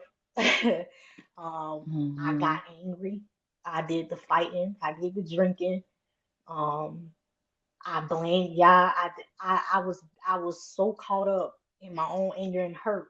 I was making bad decisions based off of my emotion and still blaming people, but really it was my fault. I planted those Mm. seeds, but I didn't Mm. realize it. I thought Mm. still thinking it's okay to blame my mother and my father. So in so many words, Pastor Dark video helped me to stop being a victim and to take Mm. accountability because I never did Mm. that before then. Right. I never really talked about my past to anybody because I wasn't trying to, gain sympathy from anyone. So I never really talked about it at all.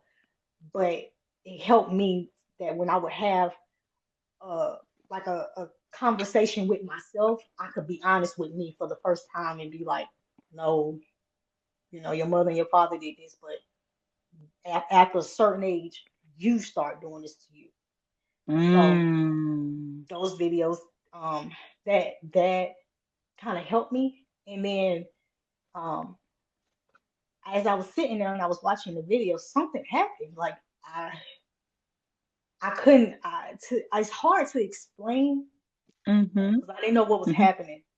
But I sat there and something broke in me, and it Mm. was like I started crying, and Wow. I sat there and a revelation came to me about my father because I always wondered why he was the way he was to me.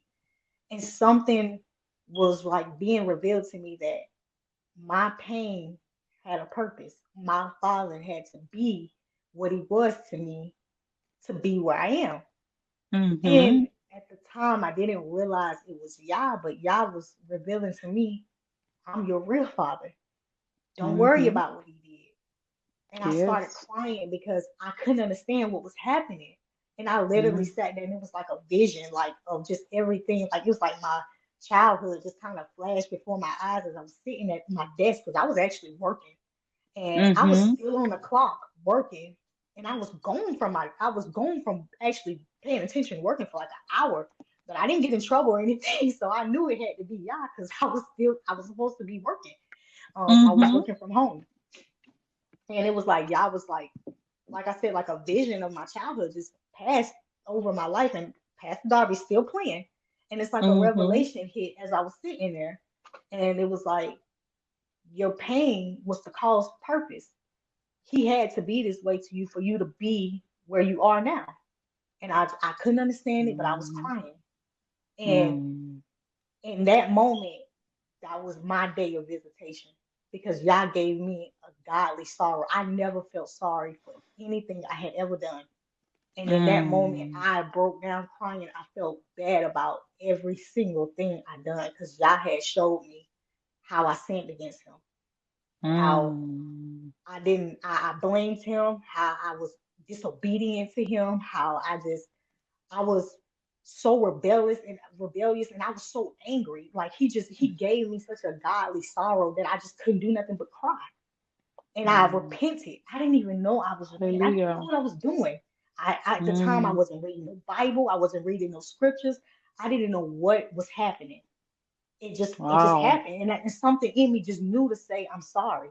I fell on my knees, and something inside me knew to just say I repent. I'm sorry for all of what I did, and I Right. felt so bad when Yah was showing me what I did, and then He showed me how I hurt. You know how the second commandment is your neighbors. He showed me how I hurt other people. Hmm. In the first place, He showed me was my brother. My little Mm. brother always wanted a relationship with me, a close one, because we had the same mother and father. Out of all our siblings, we are the only ones who have the same mother and father. Mm-hmm. And when that happened, my brother, when he showed me my brother, he showed me Mm-hmm. like how I was towards him. And I never in my life ever apologized to my brother. Like I said, I never really apologized to people, period. I just Right. kind of looked at it like, you'll get over it. I had to, you will. That kind of hurt people don't really care. It Right. was that for me. And when he Mm. showed me that how I was hurting other people, and the first person, like I said, was my brother, I felt terrible. I wrote my brother a long, heartfelt apology in a text message, and I had to tell him I'm Wow. not crazy or nothing, because my brother, he was so shocked. He told my mother, and my mother was like, "You okay?" And I was like, "Yeah, I'm fine." And she was like, I was like, honestly, I never felt better. And she was Mm. like, "Your brother told me you apologized to him." And she was like, "I'm shocked because you never apologized to him ever." And I Mm. told him, I was like, "Don't think I'm going crazy or nothing. I couldn't explain what was happening because I didn't know what was happening. Right. And I knew it was nothing but Yah, because like I said before then, I never felt anything. I never really had regard how he felt or anybody else really felt. I couldn't see Mm. past my own hurt to care Right. about how anybody else felt. So Mm. when Y'all showed me that, and then I immediately apologized to my brother. Like that same night, I sent him a very long apology, just because how I raised my brother, like growing up, I was real tough. We had other older brothers, but I didn't, I never seen, like, we never talked to our older brothers at the time. So, um, it was just like me, my sisters, and my little brother. And like I said, because I was the angry child, I felt I had to protect my little brother, and that's what I would, do. I would protect him, and I would be real tough on him to make him understand, like, you have to be hard. You got to be tough. You have to. You can't be crying. You can't be showing weakness. Thinking Hmm. that this was me teaching him what boys should be, because at the Hmm. time this is all we knew. We knew boys didn't cry. Right. They were tough. They were Right. hard. My uncles, that's Mm-hmm. all they were. Like, they didn't Right. display tears. It was just straight hard toughness. Mm. That was it. Right. And I didn't realize that's what I was doing to my brother. And at the time, I thought I was giving him tough love. But y'all showed me, like, you only giving him toughness. You didn't never give him any love.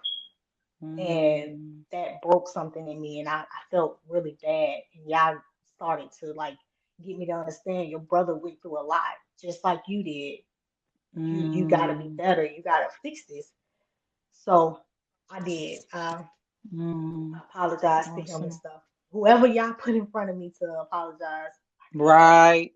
Mm. Um, Hallelujah. and I say my journey with Most High started there. Um, Mm. it was that day, and this was like shortly after I got like, no, it was right before I got married.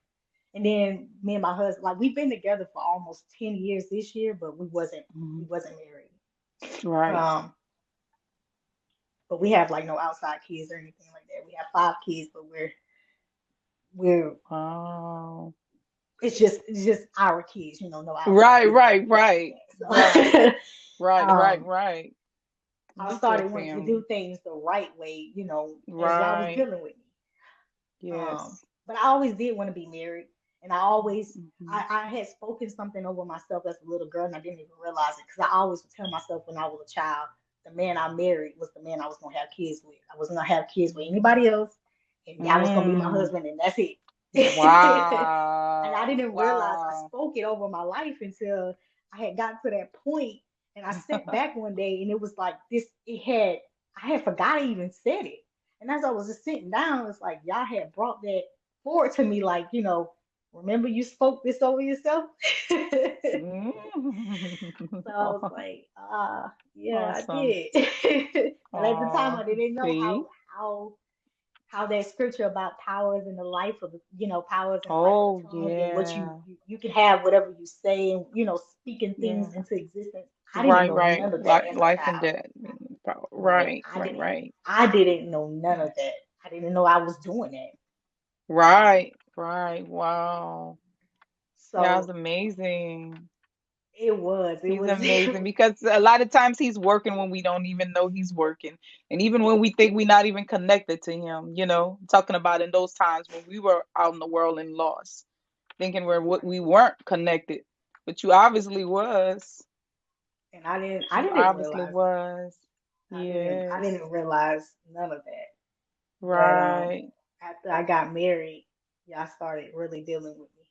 He really started Yes. dealing with me. Then I started to Hmm. really experience a lot more of him. Like I started understanding him and not religion. And I'm Mm. so thankful y'all did it how he did it, that I didn't run to a church, that I didn't when I started feeling that void of missing, how people they go looking for y'all. At the time, like I said, when I had the void, he was not on my radar. I'm being honest, I Wow. wasn't looking for him. I thought things and people were Mm. supposed to be that, not him. And Mm. when my day of Wow. visitation, as I call it, as they call it, like when y'all was dealing with me, he was showing me that void that you feel that was missing was me. Like Hmm. because Hmm. that same day I felt a lot better, and I came out of the room and my husband was like, "You okay?" And he was like, "Why are you crying?" And I had but it was just tears of joy. Like it's like y'all feel that instantly. It was an instant feeling Mm. of, and I didn't Hallelujah. say a prayer, a sinner's prayer, or nothing. I just was at that moment. I was just was repenting. I didn't say, Mm. feel me, y'all. I didn't know what to say. I didn't know what was happening. And my husband was He was like, I know happening. that feeling. Right. And my husband was like, I know that feeling. I know what you're talking about. And he was like, yeah, you experiencing the most high. And I was like, wow. And he was like, but after I got married, y'all was like really showing me he operates a lot different than what the world say he operates as. I learned it the hard way. That commandment. When Proverbs it talks about the beginning of wisdom is the fear of Yah. Um, yeah, y'all got me to Hmm. understand that when he tells us to do a thing, when he commands you to do a thing, you do it and don't play with him. Yeah, I Hmm. test my luck the first time after we Hmm. got married. Yeah, I was putting it on my husband's heart to bring up a situation that happened between me and my husband years and years ago. It's like the first year in us being together. And I wonder why my husband kept bringing it up. And I kept feeling this feeling inside of my stomach, but at the time I didn't know it was the ruach. I didn't know it was the spirit, I didn't know it was Yah telling me to do a thing.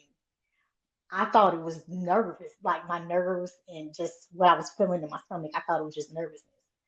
And my husband kept asking me, he was like, did you do this thing? Did you do it? And I kept denying, but something kept bothering my stomach. Like it was this inner feeling. It was making me feel just like I was like holding my stomach. That's how bad my stomach was hurting.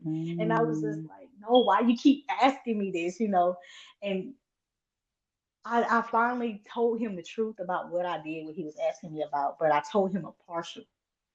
And y'all wanted me to be totally transparent, and I didn't. And I went to bed that night and I had a dream. And in that dream, oh my gosh, I will never forget it. A Mm. man came and me and my husband was in a room, and in this dream we was in a room, like in a building, and it was other people that was around.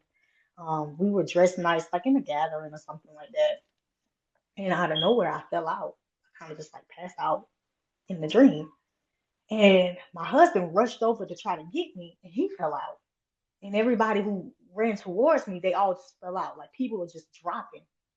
And Mhm. I was conscious. I was conscious. I could see and hear everything that was going on, but everybody else around me wasn't. They weren't Mhm. dead. They were just like kind of in a sleep trance.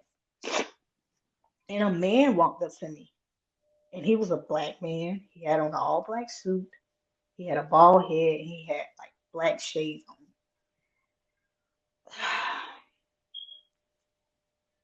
Mhm. I don't. It's. I don't talk about this dream because it Mhm. terrifies me, Oh wow.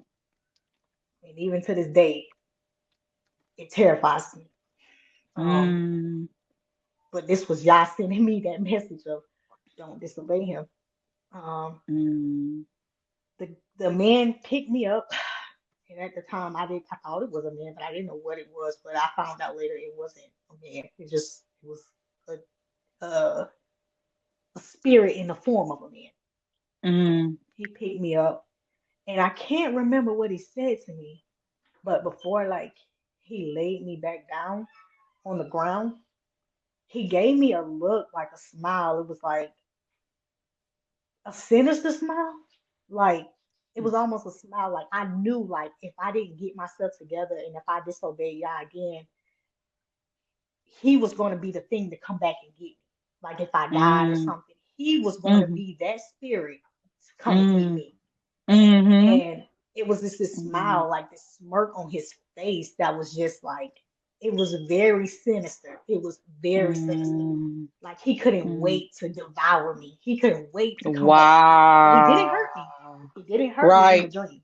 He laid me back Mm. down. And when he opened his mouth, the inside of his mouth was like a hole, like looking down the hole, like looking down a hole, and it was really, really pitch dark black. Like his it's a color black, like I would say probably even about as dark as my shirt, if not darker. And it's like his mouth had Mm. no end to it. It was really weird. Oh At the time I didn't my. know what it was. Wow. So I was terrified. And when he laid me back down and he kind of like disappeared. And when I woke up, after he laid me down, I woke up. And at the time, my daughter was like, she was still a baby. So she was like still in the stage of waking up in the middle of the night. She was up and she was crying. And my husband was starting to wake up. And I woke up and I started crying. I was freaking out. And my husband was like, it was like maybe 1 or 2 o'clock in the morning. My husband was like, what is going on? You know, he's like, why are you crying? What is happening? He like, why are you crying like this? What's and I wanted to run. I wanted to run. I wanted to hide. I didn't know where to go. And he was like, what's going on? And I was like, I gotta get out of here. I gotta go. I don't know. I wanted to run away, but I didn't know where to go. I didn't know what to do. And Mhm. something in me was like, tell him now. It was like a Mm. commanding, like feeling voice, kind of like, tell him now. And I told Mm. my husband everything, like everything that y'all told me I needed to be honest with Right. my husband about, I did. Right. And Right. even in that, y'all was still so very graceful because he allowed my husband to forgive me. My husband was like, I already knew the truth anyway. You just should have been honest from the beginning. And I Mm. was scared. I was scared because I was like, I was confused because I'm like, yeah, we just now getting married. Why would you want me to say something that's gonna possibly just ruin all of this? Like, why do you Mm. even care about this? Something happened when I was in the world. I was worldly. This was like 9 years ago. Something like at the time it was Mm. probably like 7 years. But I'm like, why now? And it's like y'all was confirming like there will be no secrets in this. There will be no this is a covenant that you made. Like, you have to be Mm. honest. Like as I started Wow. reading his word more and started understanding that this is what he was getting me to understand. Like you can't carry on like this. You have to be honest Mm. about stuff. You can't fake Right. this with your husband, you know. Um, Right. so he was very graceful in that because he, even though my husband was hurt, he was upset with me for some days. He allowed my husband to be calm, and we talked about it, and my husband forgave me, even though it was Mm. years and years and years ago. Right. He Right. was still hurt by it because I had Right. lied all that time. Of course. I had lied, Right. Right. but um, I was thankful y'all did it like that, and I was like, well, I know not to ever disobey y'all again. I was like, he sent me that messenger, and I won't do that ever again. He has a way of Um, speaking to us. right. Mm-hmm. And it was, Mm-hmm. it's like I don't like talking about that dream because it's a feeling I get. It's a terrifying feeling of just wanting to just run away, but you have Mm. nowhere to go. Right. And I knew, and it was like because I knew it was coming from Yah, I didn't feel like I could run to him because I knew it was coming from him. When I woke up, it's like realization clicked in when I heard like that feeling of tell him. I Right. knew it was Yah saying, "You still want to play with me?" So Mm-hmm. I was just Mm-hmm. like, "Yeah, Right. I can't." Wow. I was just like, "Yeah," and that's when Yah really showed me like that scripture about the beginning of wisdom is the fear of Yah. Like Right. Right. Right. I understood that perfectly. And Mm. so like as I started like when I started walking more with the Most High and stuff, my family started seeing me operate different and things of that nature. Um, I stopped watching TV. I just kind of stopped listening to music. I stopped doing all of that stuff because I was trying to focus like really on the word. Like I would be reading, prayer, work, and listening to like worship music and stuff, watching sermons. Just I was trying to fill myself up with anything that had to do with the Most High. And my family was Right. starting to like think I was a little crazy. Like my mother, she started to be like, "You don't got to do all that. You don't take all that for you to be saved. Mm. You don't have to operate that way." Um, Mm. and I was so Mm. scared of God. I was serving Him at the time out of fear. I was terrified because I was like, Mm. I don't want to do anything to upset Him. I'm sorry. You may feel this way about me, but I don't want to be on His bad side. And my Right. mom, she would always just talk about like her and a lot of people. They would always talk about how y'all is just He's just love. He's love. He forgives. Jesus forgives. That kind of stuff. Mm-hmm. And Right. I was starting to get really sick of hearing it from her. It was starting to like piss me off because I would be like, you must don't know him because that's not what I'm getting. I'm not getting that from him. He's not showing me he's all love because I disobeyed him this one. I did a partial disobeyment. And you Mm-hmm. see what I just described, right? And I'm like, this Right. doesn't sound like a Elohim who's just so full of love that I can do whatever I want and he's okay with it. Right. Mm-mm. Because clearly I'm talking about something that happened years ago that I did, but he's making me address this now. So that's why I'm Mm-hmm. like, Mom, what you're saying it's not adding up. I'm sorry, it don't make sense to me. Right. And I was so terrified of like upsetting him. Like the most high, I was so terrified of getting on his bad side. I was ignoring everything anybody said. I was Right. terrified.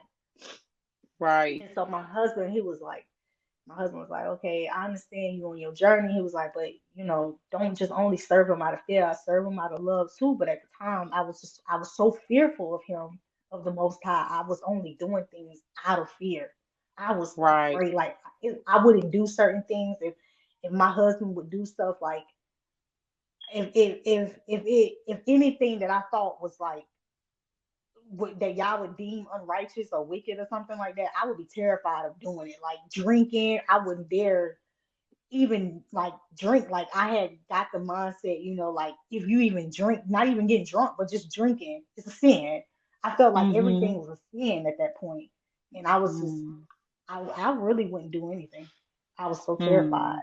Um, Wow. then my husband, he kind of, we had a conversation. And, he was like, you got to slow down a little bit, because I also went through the phase of feeling like I had to get everything right. I was like, I have to speak in tongues. I got to get baptized. I felt like Mm. I had done so many years of bad stuff. I only got the Oh. short, like, I'm just now starting my walk with him. I felt like I didn't have a lot of time. And I was like, Mm. I done so much bad. I gotta atone Mm. for this in some sort of way. I was like, I Mm. gotta get baptized. I gotta get my life together. I'm like, I don't know, when my time would be up, the day when Yahushua come back. I don't know none of this stuff. So in my head, I'm like, I have to get myself together. And I felt like Mm. I had to do everything in a short span of time. So I was literally sermon after sermon, just everything. Like my husband felt like we couldn't even have just a regular conversation without it just turning to me just everything is scripture, everything is scripture, everything is scripture. I was literally just that was me. But I was so afraid. And that's when he was showing me, he was like, you're doing all of this out of fear. And he was like, my husband was trying to get me to understand Yah gives grace to people, that has a Grace. heart for him. Right. And he knows that I'm just now coming into this. At the time, I was like Yes. fairly new. So he's like, give yourself some grace, because Yah is giving Right. you grace. He was like, you don't have to beat yourself up if you don't get everything right. And Right. I Very would, true. I would. Right. And a lot of that come from being a child too. Felt like I had to be Right. perfect for my father. So I felt Right. like I had to do Right. everything right. I felt like I had to do everything right and get it right, right then and there. And if I felt like because I wasn't speaking in tongues, I wasn't saved. I Mm. thought that. I'm like, okay, well, if I'm not speaking in tongues, like something is not happening. I'm not doing something right. I'm not doing Mm. something right. And then I was like, well, Mm. is my sins really forgiven? Because I said the sinner's prayer, I talked to Yah, but I didn't get baptized. So I was like, oh man, Mm.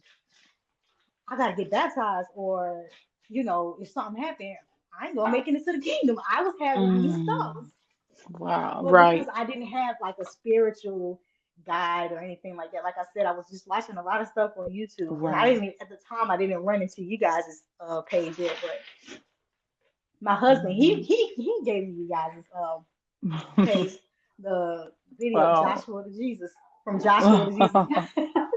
That Right. one. Right. And it's Right. because in my walk a little bit, I struggle with the name as well. Um, Okay. After like coming into the faith, like understanding Yah and stuff like that, I was still saying God at the time and Jesus and stuff when I prayed, because I didn't Right. understand the name. Even though my husband, he knew it, I didn't understand it. He Mm. was trying to get me to understand it, but I was so caught up in the mindset. Like I started to have the mindset, well, does the name even really matter? Um, well, he knows I'm talking to him. He knows who I'm talking to. He knows this. He Mm. knows that. I was having those thoughts. Right. And my house was starting to turn into Christianity versus Hebrew Israelite thing. And hit like it was really bad. And it was the beginning of my marriage, and we were just like we were going at it. I was the Christian, and my husband was the Hebrew Israelite. And my husband, even Mhm. at a point in time, he even thought about camps, and I was just like, I don't know what you're talking about. We're not doing that. I was like, Right. stop it with this name stuff. Get off my back about it. I don't know what you're talking about. Okay. Um. So that's when he started showing me Watchmen and Sister Deborah more. So I was like, okay. And one night I had a dream. I had another dream, Mhm. and I was so concerned about the name. I had prayed to the Most High. I was like, at the time I was calling him God, and I was real troubled about the name, because I was like, my husband kept saying the name does matter. It matters. He was like, you can't just say it don't matter. And to me, I was just like, it's the same. If you're saying that his name is, Yahusha and Jesus, if they're supposed to be the same person, but just a different name, why can't I say the name? I know. And Mhm. Mhm. my husband was like, it don't operate that way. And I thought he was just talking, because I thought he was trying to win me to be on the Hebrew Israelite side, because like I said, Right. he was more on that. Father one day, and I was just praying about it, and I was like, just if this is what this is, please reveal to me because I don't know. I'm confused at this point. I'm starting to get confused. Um, and I had a dream, and in my dream, me, my mom, and my sister, we was in this house, and my sister, I looked back, and my sister had transformed to a demon. She was like, it was like she was white, and she had this really big head, and Mm. she just was like the demon started to attack me. It didn't touch me, but it was like it. I was getting ready to say, I rebuke you in the name of Jesus Christ. And the demon started saying it. The demon was like, I rebuke you in the name of Jesus Christ. I rebuke you in the name of Jesus Christ. He kept saying that to me. And I Oh. I was like in the dream, I was just like, what is going on? I felt scared at that point because I was like, why is this not working? This is supposed to work. Like, the name I'm hearing people say they get saved in his name, they bind in, they loosen in his name, demons and stuff. I'm like, but this demon is not Mm. afraid because he's overpowering me. And I started to feel really small, and like the demon started to get bigger. And it was like, I rebuke you in the name of Jesus Christ. And he was like mocking, laughing at it. Mm. Oh my And goodness. something happened to where it felt like I had like a light presence to where it felt like it went away, like the demon went away. And when I woke up, I Mm. told my husband about the dream. And at the time, I couldn't understand it.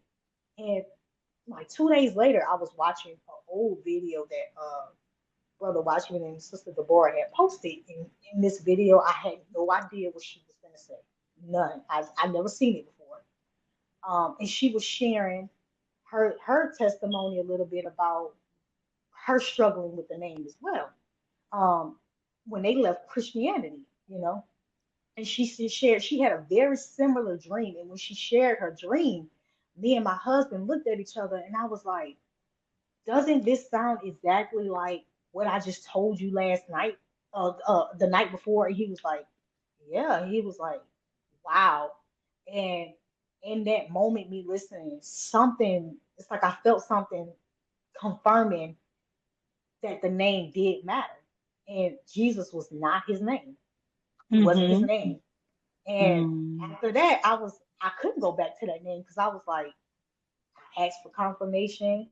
You gave me the dream. 2 days later, I'm just regularly watching videos because I was just like used to watching sermons. It was a daily thing for me at this time. It was like watching TV. And Right. I had no idea she was gonna say that. And she said it, and it's like I felt this feeling in my stomach of confirmation because I was like, God is at the time I was like, God, is this what you was trying to reveal to me? And this feeling I was getting in my stomach, like confirming, yeah, like the name does matter. Jesus is not his Mm. name. Mm. So after that, I stopped using it because I was like, well, Mm. look, he confirmed it. I can't go back on it. I asked for the truth, and this is it. So I stopped Right. from that point. I stopped using it, but Right. I started feeling like really lonely in my walk. So I started craving the fellowship, Mhm. and I wish I didn't do this. I Mm. craved the fellowship. I did exactly what you shared in your testimony about being too eager. Mhm. Mm. I joined. I won't say the name, but I joined a very large congregation, Hmm. and they still use the name JC. And even though I didn't believe in that name, I thought to myself, I was trying to make allowance for myself that it was okay because they knew the real name, even though they still use JC. They knew the real name. Mhm. So I was telling Mm. myself, well, it's okay because they do know the real name, and you don't believe in that name, so it's fine. You'll be okay. And Mm. I was going because I wanted fellowship with the sisterhood. I was alone. Like I had nobody to talk to about my experiences, about my journey, about my mom. She's a Christian, but she's very the worldly side of it. So Mhm. Mhm. I Mhm. couldn't. When Mhm. me and my mom would have conversations, she would always be like, "Well, God knows your heart, and it's okay." Well, she said, "God, God knows your heart, and it's okay." Mhm. And you don't have to do all that. She was like, "You don't even have to fast," because I was trying to share her my first experience of fasting. She was like, you don't even have to fast. You don't have to do that. And I was confused Mm. because I was like, well, doesn't the scripture, didn't Yahushua say that, you must deny yourself as well as bear your cross daily? Like, isn't the denial part of fasting? And she was like, Mm. no, it doesn't say fasting. It just says denial. So I was just like, And he fasted as well, you know. and that's why I stopped talking to my mom about stuff like this because I was like, you contradict everything that's in this word. It's like I love you, but you every time we have this conversation, it's this you don't have to live that way. You don't have to do this. You don't have to do that. And I was like, Mom, I'm Right, really sick of hearing this because what you're saying is not lining up with scripture. So right, we gotta stop talking about this. right, And my husband, he would fellowship more with his friends that's in the truth as well. And so it was just me. And I had no one to talk to. Um, I had stopped talking to people that I used to be friends with when I was in the world. I wanted no ties to that because the first scripture that really stuck out to me when I came into this walk was evil communication corrupt good manner. And for some oh reason, yes, that stuck with me so much to where I didn't want no ties to anybody who resembled past behavior, like that would bring up past behavior that wasn't what the Most High needed me to be. So right, I kind of just I stayed away from anybody like that. And I was like, okay, well, I'll join this congregation because I was like I said, they know the real name. He speaks firm against sin, and I can handle that because he's speaking boldly against sin.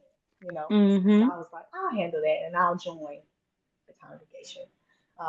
And I ended up going and doing, being a part of the sisterhood. But at the time, I didn't even know I was considered a member or, being a part of the congregation. At the time, I didn't know. I thought membership, you had to sign papers or something. I didn't know. Like I said, I have no real experience in the church because the last time I went, I was a child. And besides, right, when I got baptized when I was like 18, but I wasn't doing it for my own purposes for my mom, and that was the only time. So I was really naive to the church world as I got older. Um, mm-hmm, and then I started noticing little stuff here and there in the church, and I was just some things wasn't sitting well in my spirit, but I kept ignoring what I was feeling because I wanted the fellowship so bad. I kept mm, ignoring what I was feeling, and it was the clothing. Women are to wear dresses to their feet. Um, you got to wear long sleeve shirts. Your head has to always be covered. You can't wear mm, jewelry, nail polish. Your mm, toes can't be out. You can't wear sandals. You need to be fully mm, covered at all times. Um, mm, and they was like that even for the children. And I was like, even when it's hot, you can't wear short mm, sleeves. No, you gotta wear long sleeve. You need to be fully covered. mm, Um, so I was like, okay, well, what about tights under the skirts? Well, we consider tights to be underwear, so you can't, you shouldn't let your tights be shown. mm-hmm, So I mm-hmm, was like, okay, but I was willing to change all of this, not for them, because I had told y'all if this is what you consider to be holiness, I'll do it. But I'm right, not willing to go to hell about no clothes. Um, right, And right, at the time, y'all had already dealt with me on the carnal part about clothes. I wasn't even caring about worldly stuff no more. I was dealing right, with trying to get my mind together because I still was having attacks on my mind with suicidal thoughts and stuff. I was still having these mm, problems. So wow, I wasn't caring about clothing and stuff. mm, But when I joined the congregation, that stuff started to be an issue. It became an issue to where I couldn't even pray anymore because they were like, if you wear pants, you unholy for wearing pants. mm, You're not supposed to wear pants. And I mm, was still in the phase of wearing my pants, and I was just like, so y'all don't hear my prayer if I'm wearing pants. So it got to the point to where I felt like if I pray, y'all's not even gonna hear this because I'm wearing pants. mm. Like I don't Oh care anyway. wow, And I normally, anytime I would go out to the store, that would be the time that I would use, my prayer time with Yah because, like I said, I have five Mm. kids and my house is really Right. rowdy. Right. So Right. I would use that little time to talk to the Most High and things of that nature. And I was pretty good about keeping my head covered. Um, but it was like the pants part, and I was like, because at the time I had been went through a financial situation. We went through a financial trial. It was really really bad. So I couldn't afford to like change my clothes, and this was the time I was joining the congregation too. And I'm like, well, I can't afford to go out and buy a bunch of dresses because I never was the kind of girl to just buy a bunch of skirts and dresses anyway. So I was just like, God, this is all I got, and you know this. So, but listening to what people were saying instead of going off of what the relationship I already had with the Most High, it Right. interfered a lot with me. Um, it messed, like I said, it messed with my prayer life. I couldn't really pray because I thought I was unholy because of the pants. And I loved wearing my wedding ring and stuff like that. And it even made my husband feel away when I stopped wearing it. And he was like, "Why are you doing that?" And I was like, "I know I'm not doing this for any um, like worldly purpose or trying to puff myself up in no way. I wear my wedding ring because I love my husband. I feel lucky and honored to be a married woman. Um, but they was considering that to be unholy because it's jewelry. So Mm. a lot of that stuff was bothering me. And then one day I just like kind of cried out to the Most High. I was crying because I was just like, I don't know what to do. This is bothering me so much to where I don't even know if I can even talk to you anymore. Like Mm. Oh everything my. I'm doing is deemed unrighteous in your eyes. Do you even Mm. hear from me anymore? And when I got done crying and stuff like that to the Most High, I heard study to show thyself approved. And I was like, okay, something was telling me to go search the scriptures for everything I heard to go search it. I went to every scripture I could think of that dealt with clothing. And just so happened, this was a little after I saw the Joshua to Jesus video.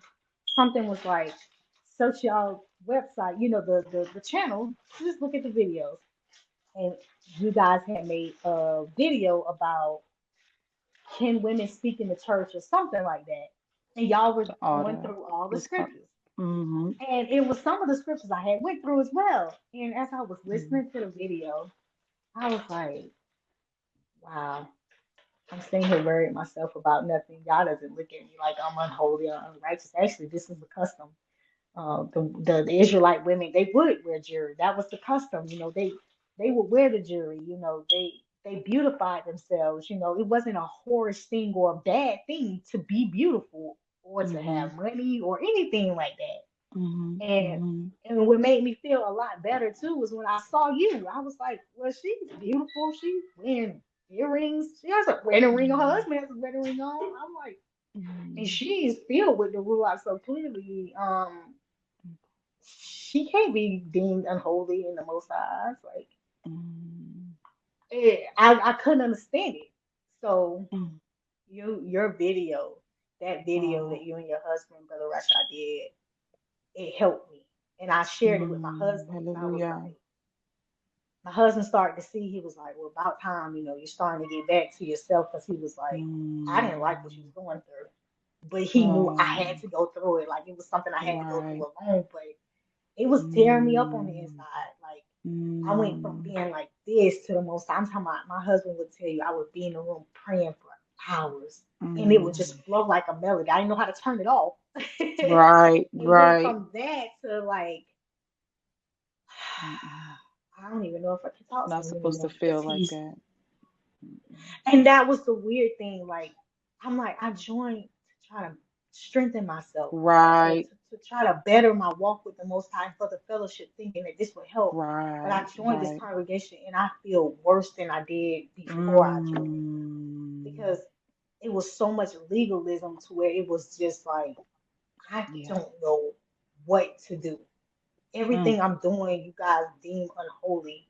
Oh my I don't goodness. know what to do. It's bothering me so much. Mhm. And then I started to even see a little of the cattiness in there with the women. And I'm like, I'm the youngest out of all of y'all. And this is Mm. feeling like high school. I didn't want to be a Wow. part. I'm like, listen, Right. I stopped dealing with people like that for those reasons because Mm. I don't have time for all that. I'm not trying to go Right. back to that. Yeah. So to join the congregation and this is what's being happening, this is what's happening, and Mm. y'all talk like this is not for me. Mm. I Right. was like, yeah, Right. I will start. I had to go back to Mm. do my first verse over again. Because I was like, this right here is just That's not it. this, I can't get with this. Like, Right. Right. it was too Oh much, wow. I'm and happy you shared that. I'm so happy you shared that because we talk about this all the time, and the reason why we always push to have that personal relationship with Yah is because we know we hear so many stories. I've been there, done that. I've been through spiritual abuse being a part of a ministry.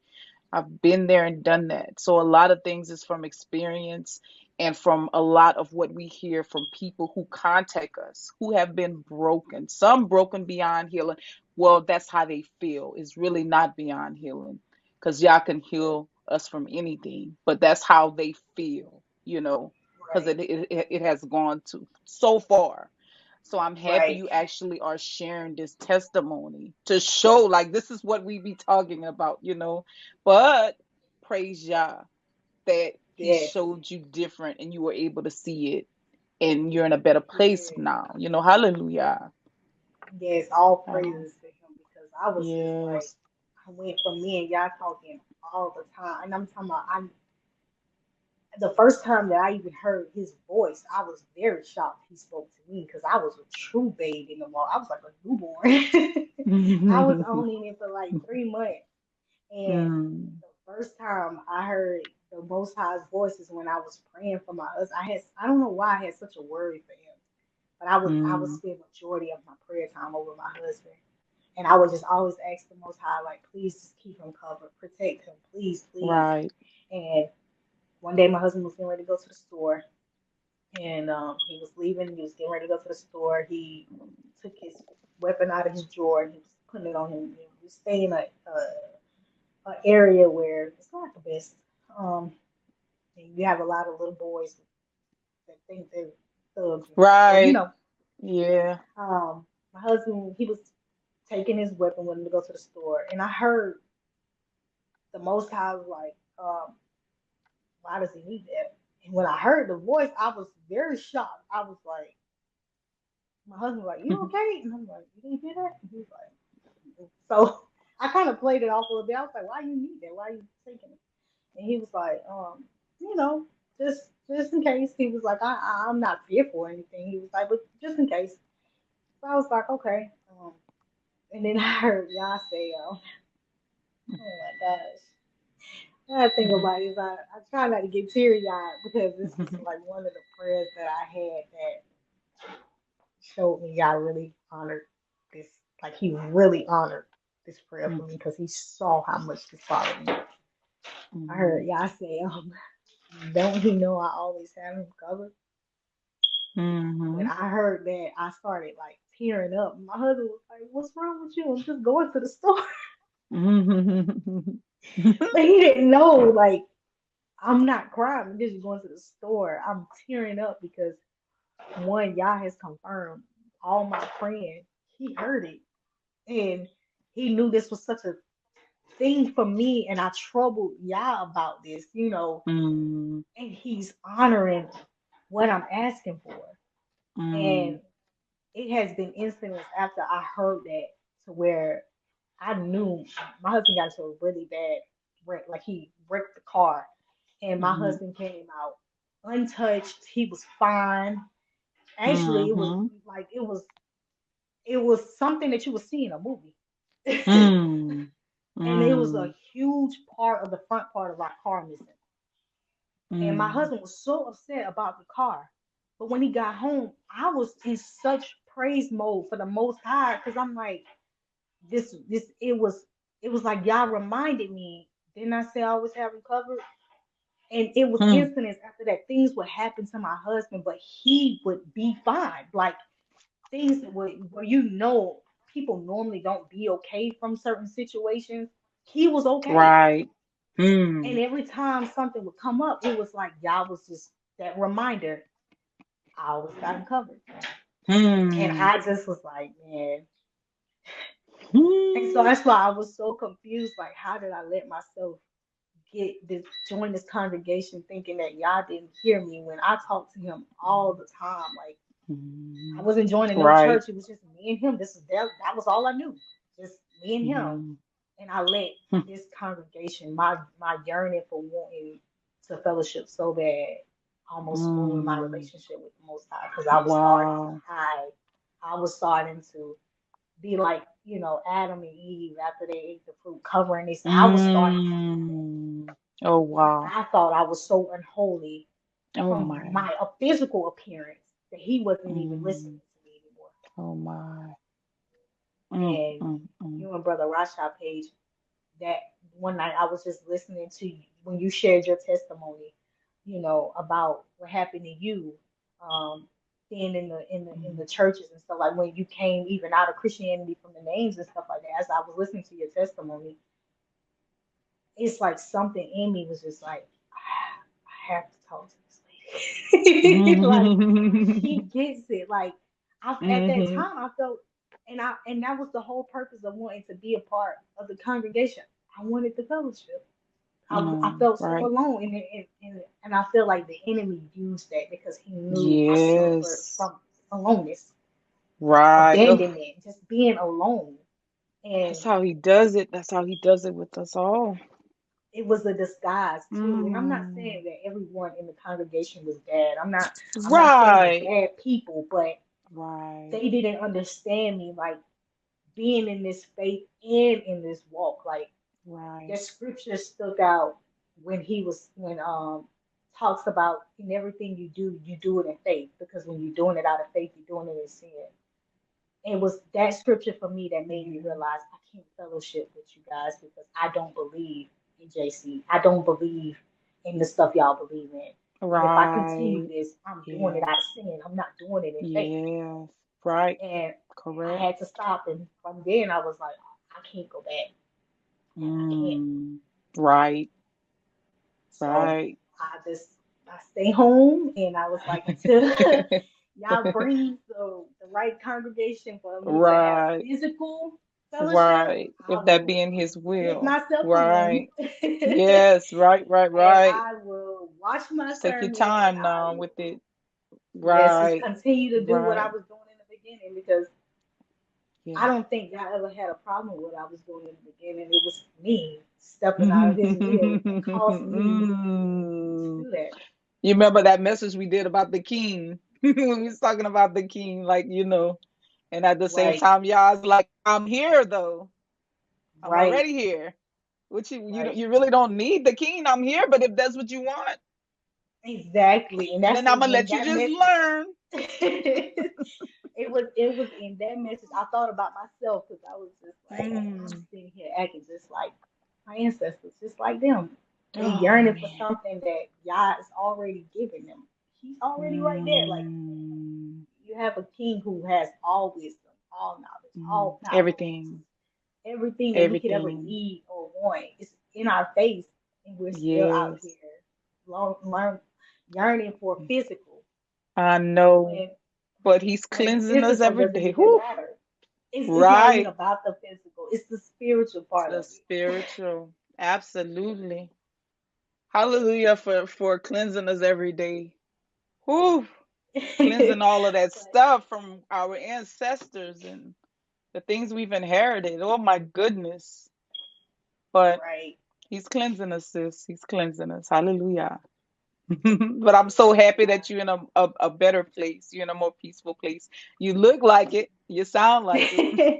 I am. I am. And Even I though have I today noticed. the Huh? adversary, he tried to stop this, but all praises Yes. stop. Despite how I felt in the beginning of this video, Right. um, a lot. Right. Right. No, you've been under the weather, so I mean, well, you kind of feeling that way. You was feeling that way this morning, so I definitely want you to take care of yourself and check your temperature. Because I I seen you am. was I am. what, and I'm like, she must be hot, sweating. You sweat. I Sitting know. in Check this your chair, I'm temperature. sweating this I know. whatever this cold or whatever this is I trying to be. I'm sweating it know. out. Check But it. you Check. know, Right, which nevertheless, is a I'm good gonna get thing. That's a this good thing. testimony out. Right. Right. Hallelujah. Hallelujah. I Thank you, told sis. Hasatan, like, you won't be stopping this. We've It's not already put gonna this off happen. enough time, but Right. regardless if I gotta sit Right. here in a puddle, I'm gonna get this time. Right. Hallelujah. Hallelujah. So I'm gonna just ask you one thing and then we can pretty much wrap it up. Beautiful testimony, by the way.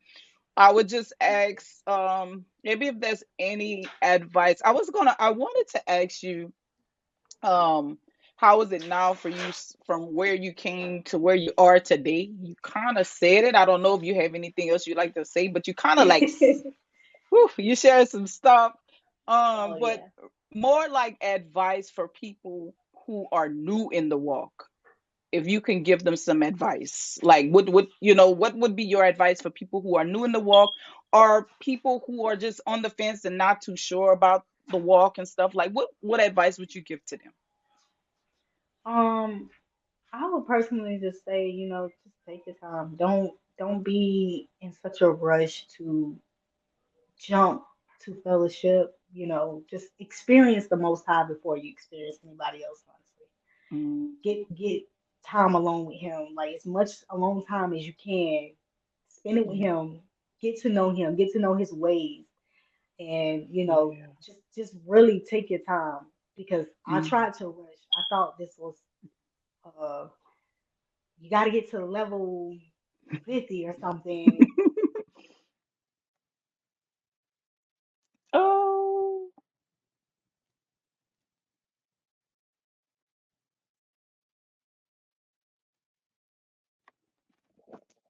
what? Hold on. What happened? Oh, What I have happened? no idea. I have You no see, idea. now you was just talking. You was Right. just talking and it's still recording. This is the second But time this happened. we can still put it together. So just where you were saying, you said not to rush it. Yeah, We can just don't rush it, but just, experience the Most High. Just take your time. Try to get to know Him, for yourself. Um, right. and don't listen to people who don't even really know Him and His ways for real. Don't follow the wrong advice, and don't be too eager to just fellowship because Mm, all fellowship is not good. And like right. how y'all sends people, the adversary send people too. So Mm, just be very careful and very mindful in this walk. You know, I would just honestly just say that and just take your time. Just try to take things one day at a time.